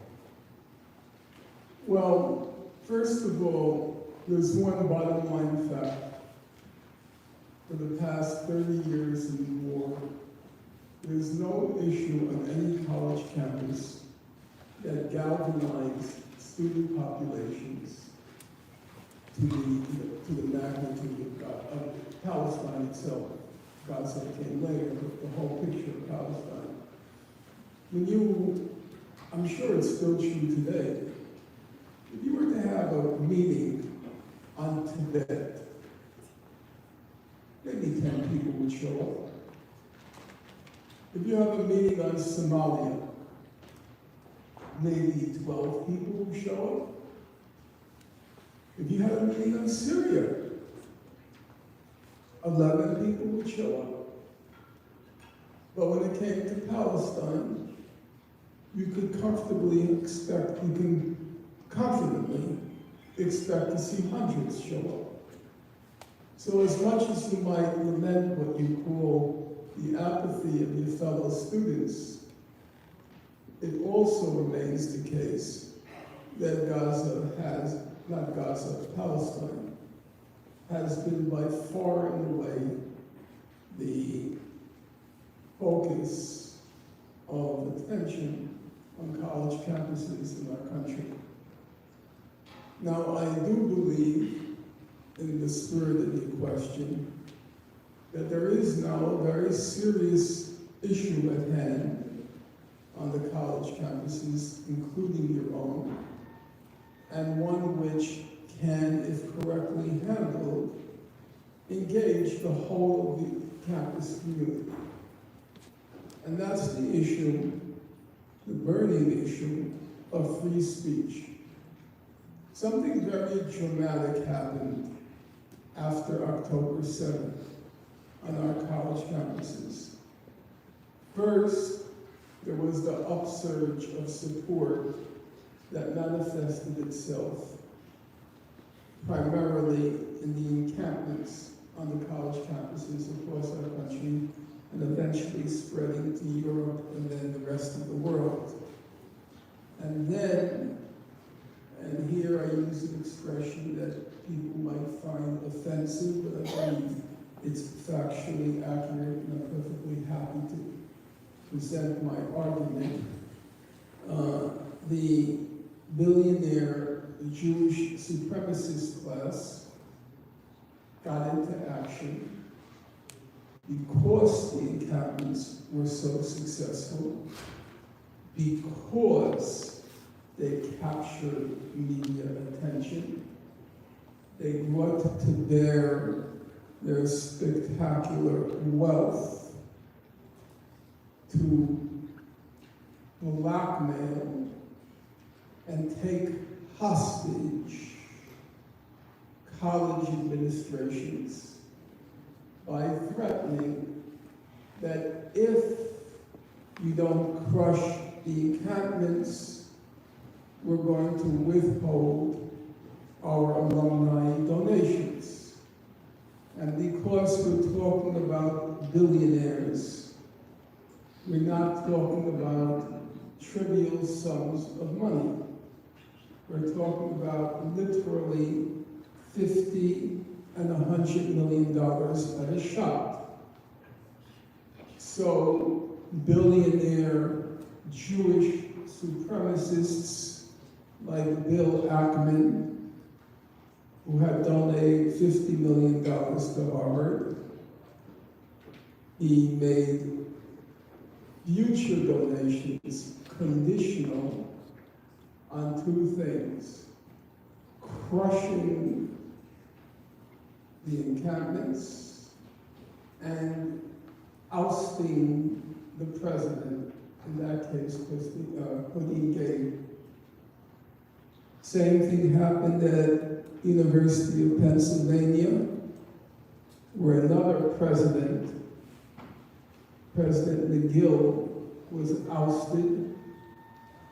And then the same thing happened at Columbia, where President Shafiq was ousted.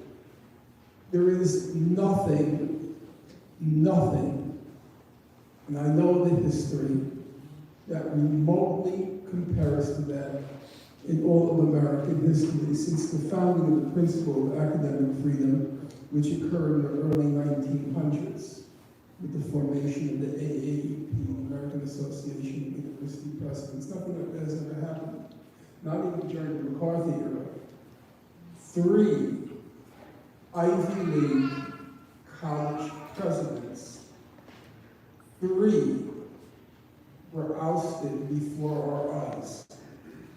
And then this utter and complete, this flagrant and brazen encroachment and destruction of the principle of academic freedom in our campuses in the U.S. I believe that if you adopt the slogan of free Gaza, free speech, because even apathetic or normally apathetic students, they do resonate to that core American value of free speech. Now you could say that value is honored in the breach in 10,000 ways, and of course I will agree, but it remains a core value. And it happened at this particular juncture in history. There is now an intersection of the issue of free speech and free Gaza. And that if you adopt that slogan and you insist on your right to free speech, and that these university administrators who are prostitutes and whores, but that's a fact.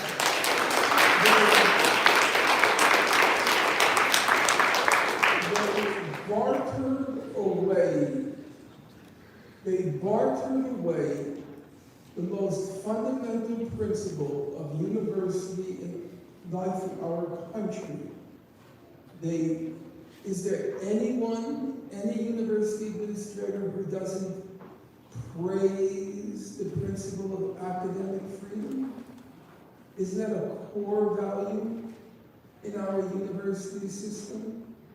And they bartered it away, not because they were threatened with a torture chamber, not because they were threatened with jail, not because their life was on the line, but just for those alumni contributions and donations. They sold away that principle.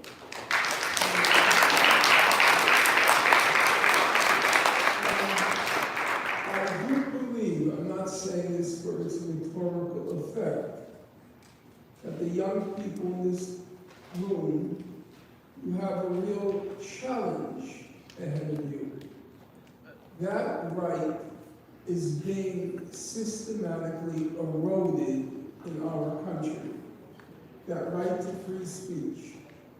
And the most brazen assault on it came in the last 15 months. And now you have, in my opinion, you have a historic challenge before you. You have to win back that right. And you do whatever it takes to win back that right. Because we're entering very dark times now.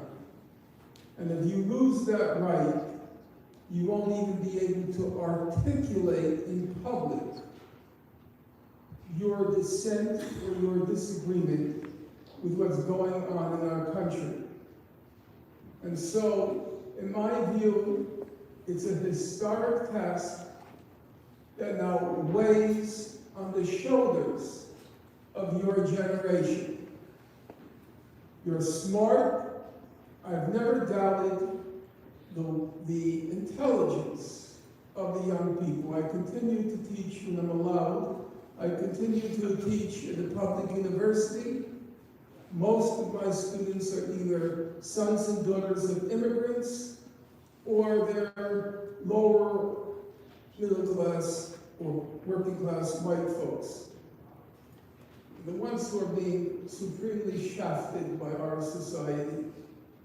And even though the web has caused severe mental damage to young people, in my opinion, the minds still remain nimble, they remain lively, students remain interesting to teach, so you don't lack the wit, you don't lack the nimbleness of mind, and you don't lack the motive.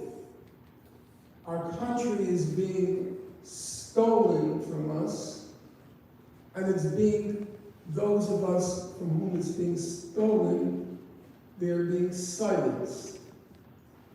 And so, if you embark on the course of free Gaza, free speech, I have no doubt that you will be on a collision course, not just with your ruthless, whorish university administration. You will be on a collision course with the current administration in Washington, which has removed the white gloves. My late mother used to describe people like Anthony Blinken as pigs with white gloves. And in this case, in the current administration, they have removed the white gloves, and it will get ugly. However, I would just want you to bear in mind there have been other challenges, even more difficult than your own. Because this is the University of Wisconsin, which was in my day most famous for its history department, all you have to do is look back at the Civil Rights Movement, where the poorest and the most defenseless portion of our population rose in genuine human heroism and courage to overturn that system of segregation. You cannot imagine what kinds of courage that took.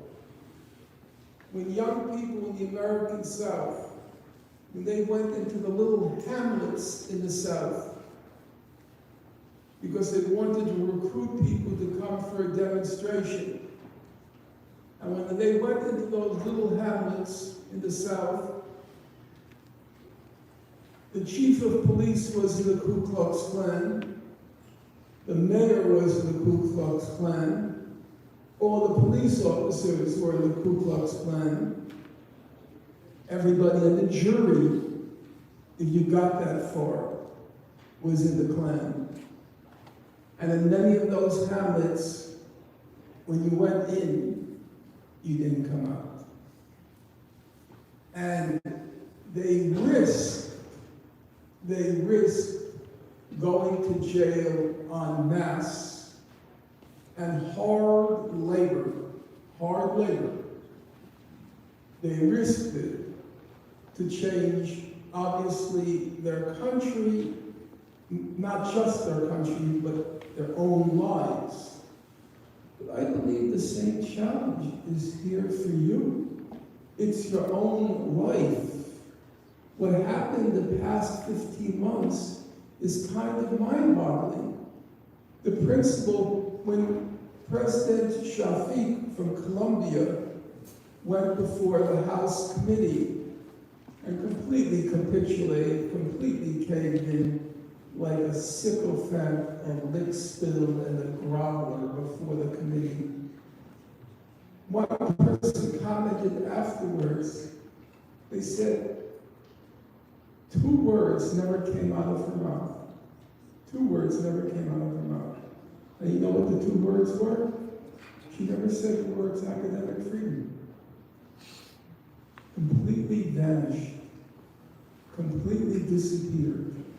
That hallowed principle of academic freedom completely hallowed, completely vanished.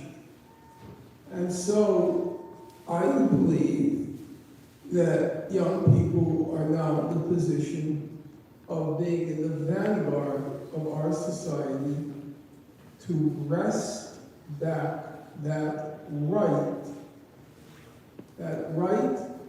to free speech. There used to be a song called The House I Live In. Has anybody ever heard of it? Okay, just one. Okay, that's time goes by. And the great African-American scholar, athlete, Shakespearean actor, he was a person of multiple gifts. Paul Robeson, he used to sing the song, and he was hounded by the government. Eventually the government succeeded in destroying him. And the line that always resonated when he sang the song, which would evoke huge applause from the audience, was, "The right to speak my mind out, that's America to me. The right to speak my mind out." And that right was stolen from you the past 15 months. It was stolen from you. And you have a personal and a historic obligation to take back that right. How you do it? You're clever enough to figure it out. I would say you begin by making t-shirts. On the back, they say, Israel, Gaza, genocide. And the front, they say free speech. And try to get as many people who may be apathetic on Gaza, but I think a lot of people will not be apathetic on the issue of free speech. And then I would suggest the next thing is you set a date, maybe April 1st, and every college campus in this country, they should set up an encampment. You have the right to assemble.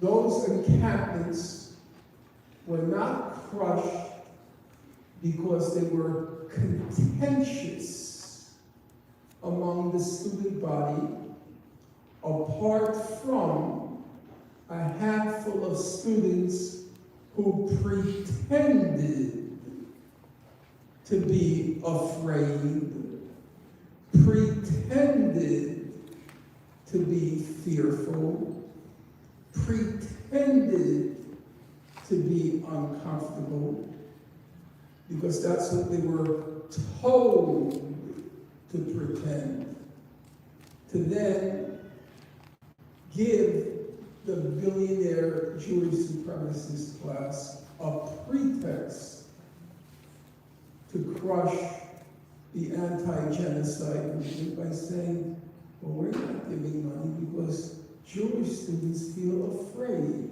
They feel fearful. There's nothing to feel afraid about.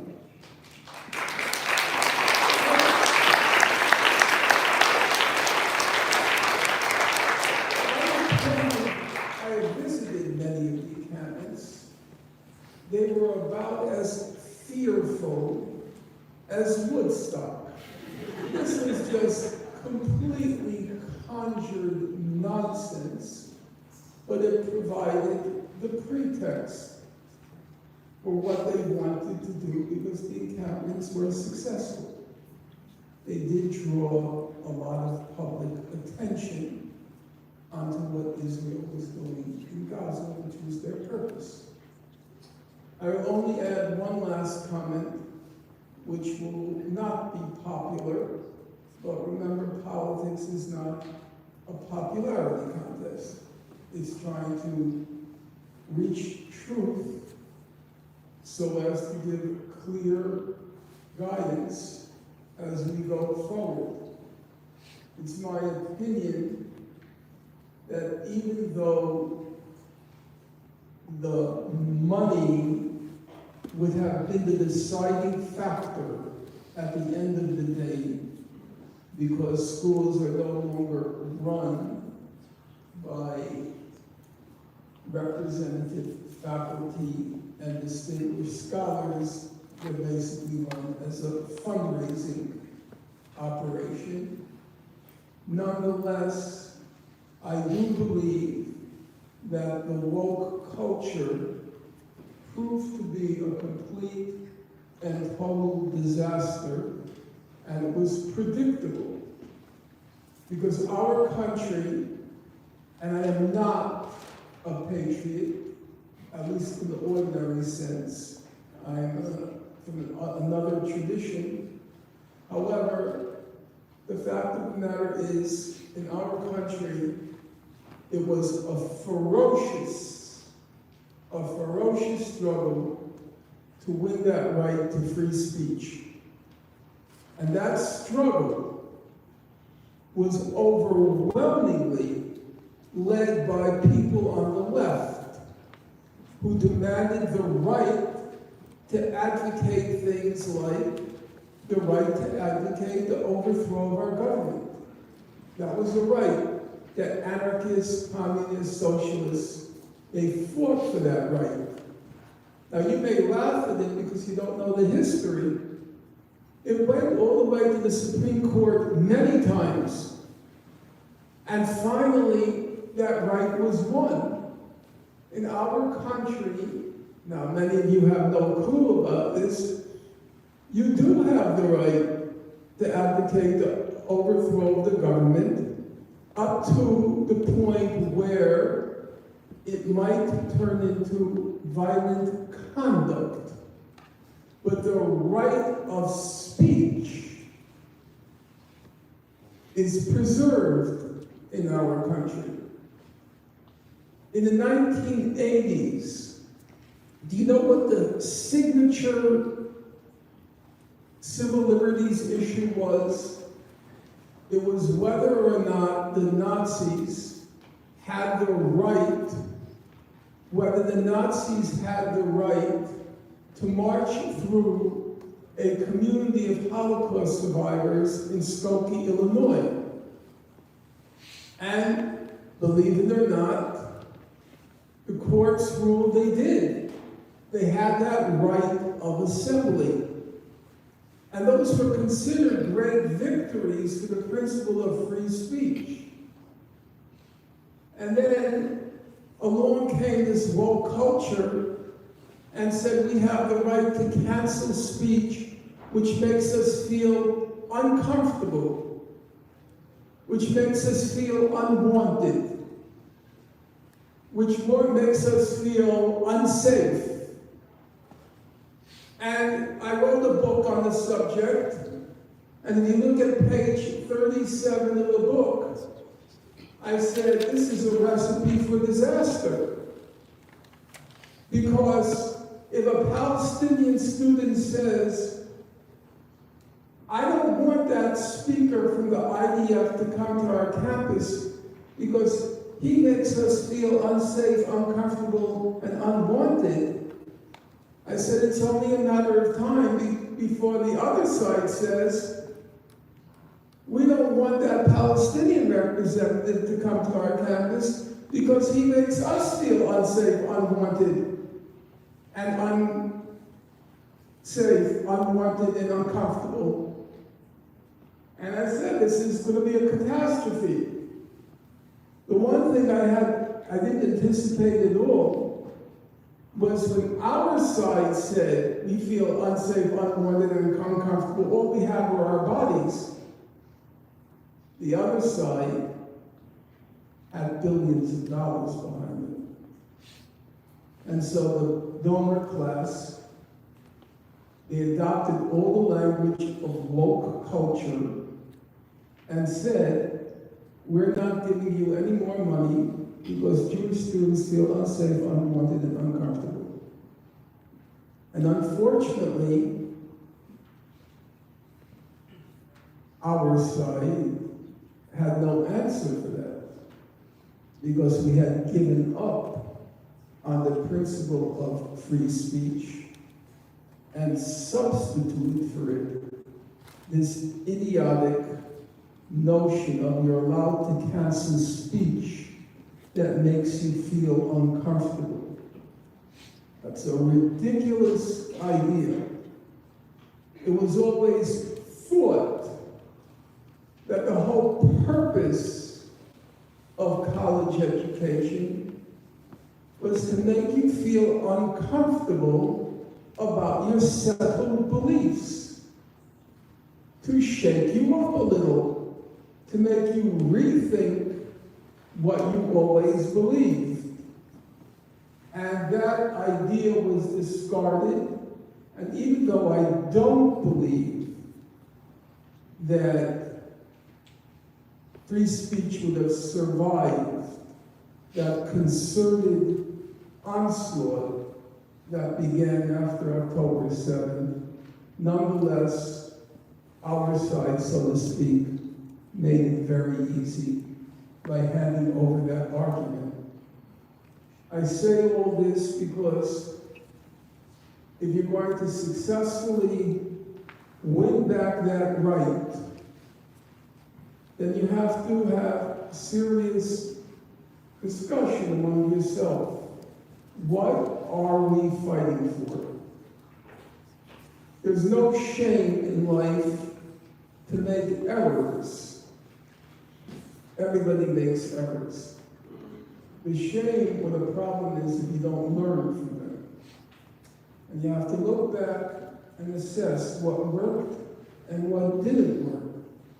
And I believe your generation should resume that old struggle to preserve to the maximum possible that full, complete,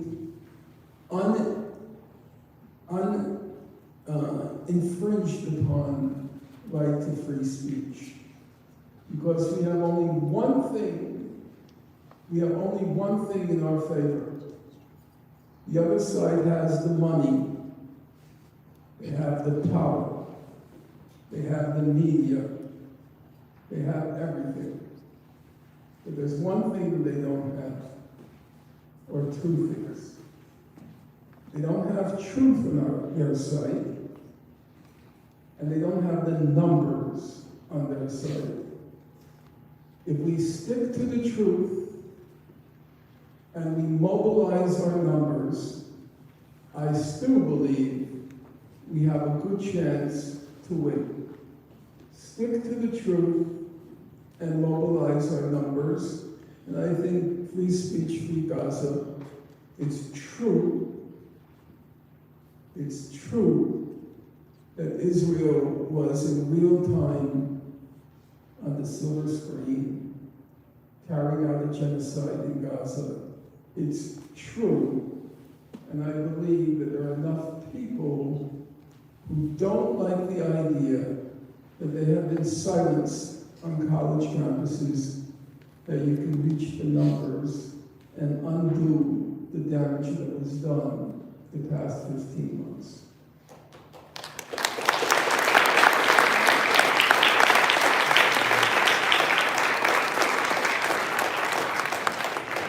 All right, so 10 is the hard cutoff. So I'm sorry for everyone abroad, but we have to kind of wrap things up here. Yeah, I'm glad everyone came out.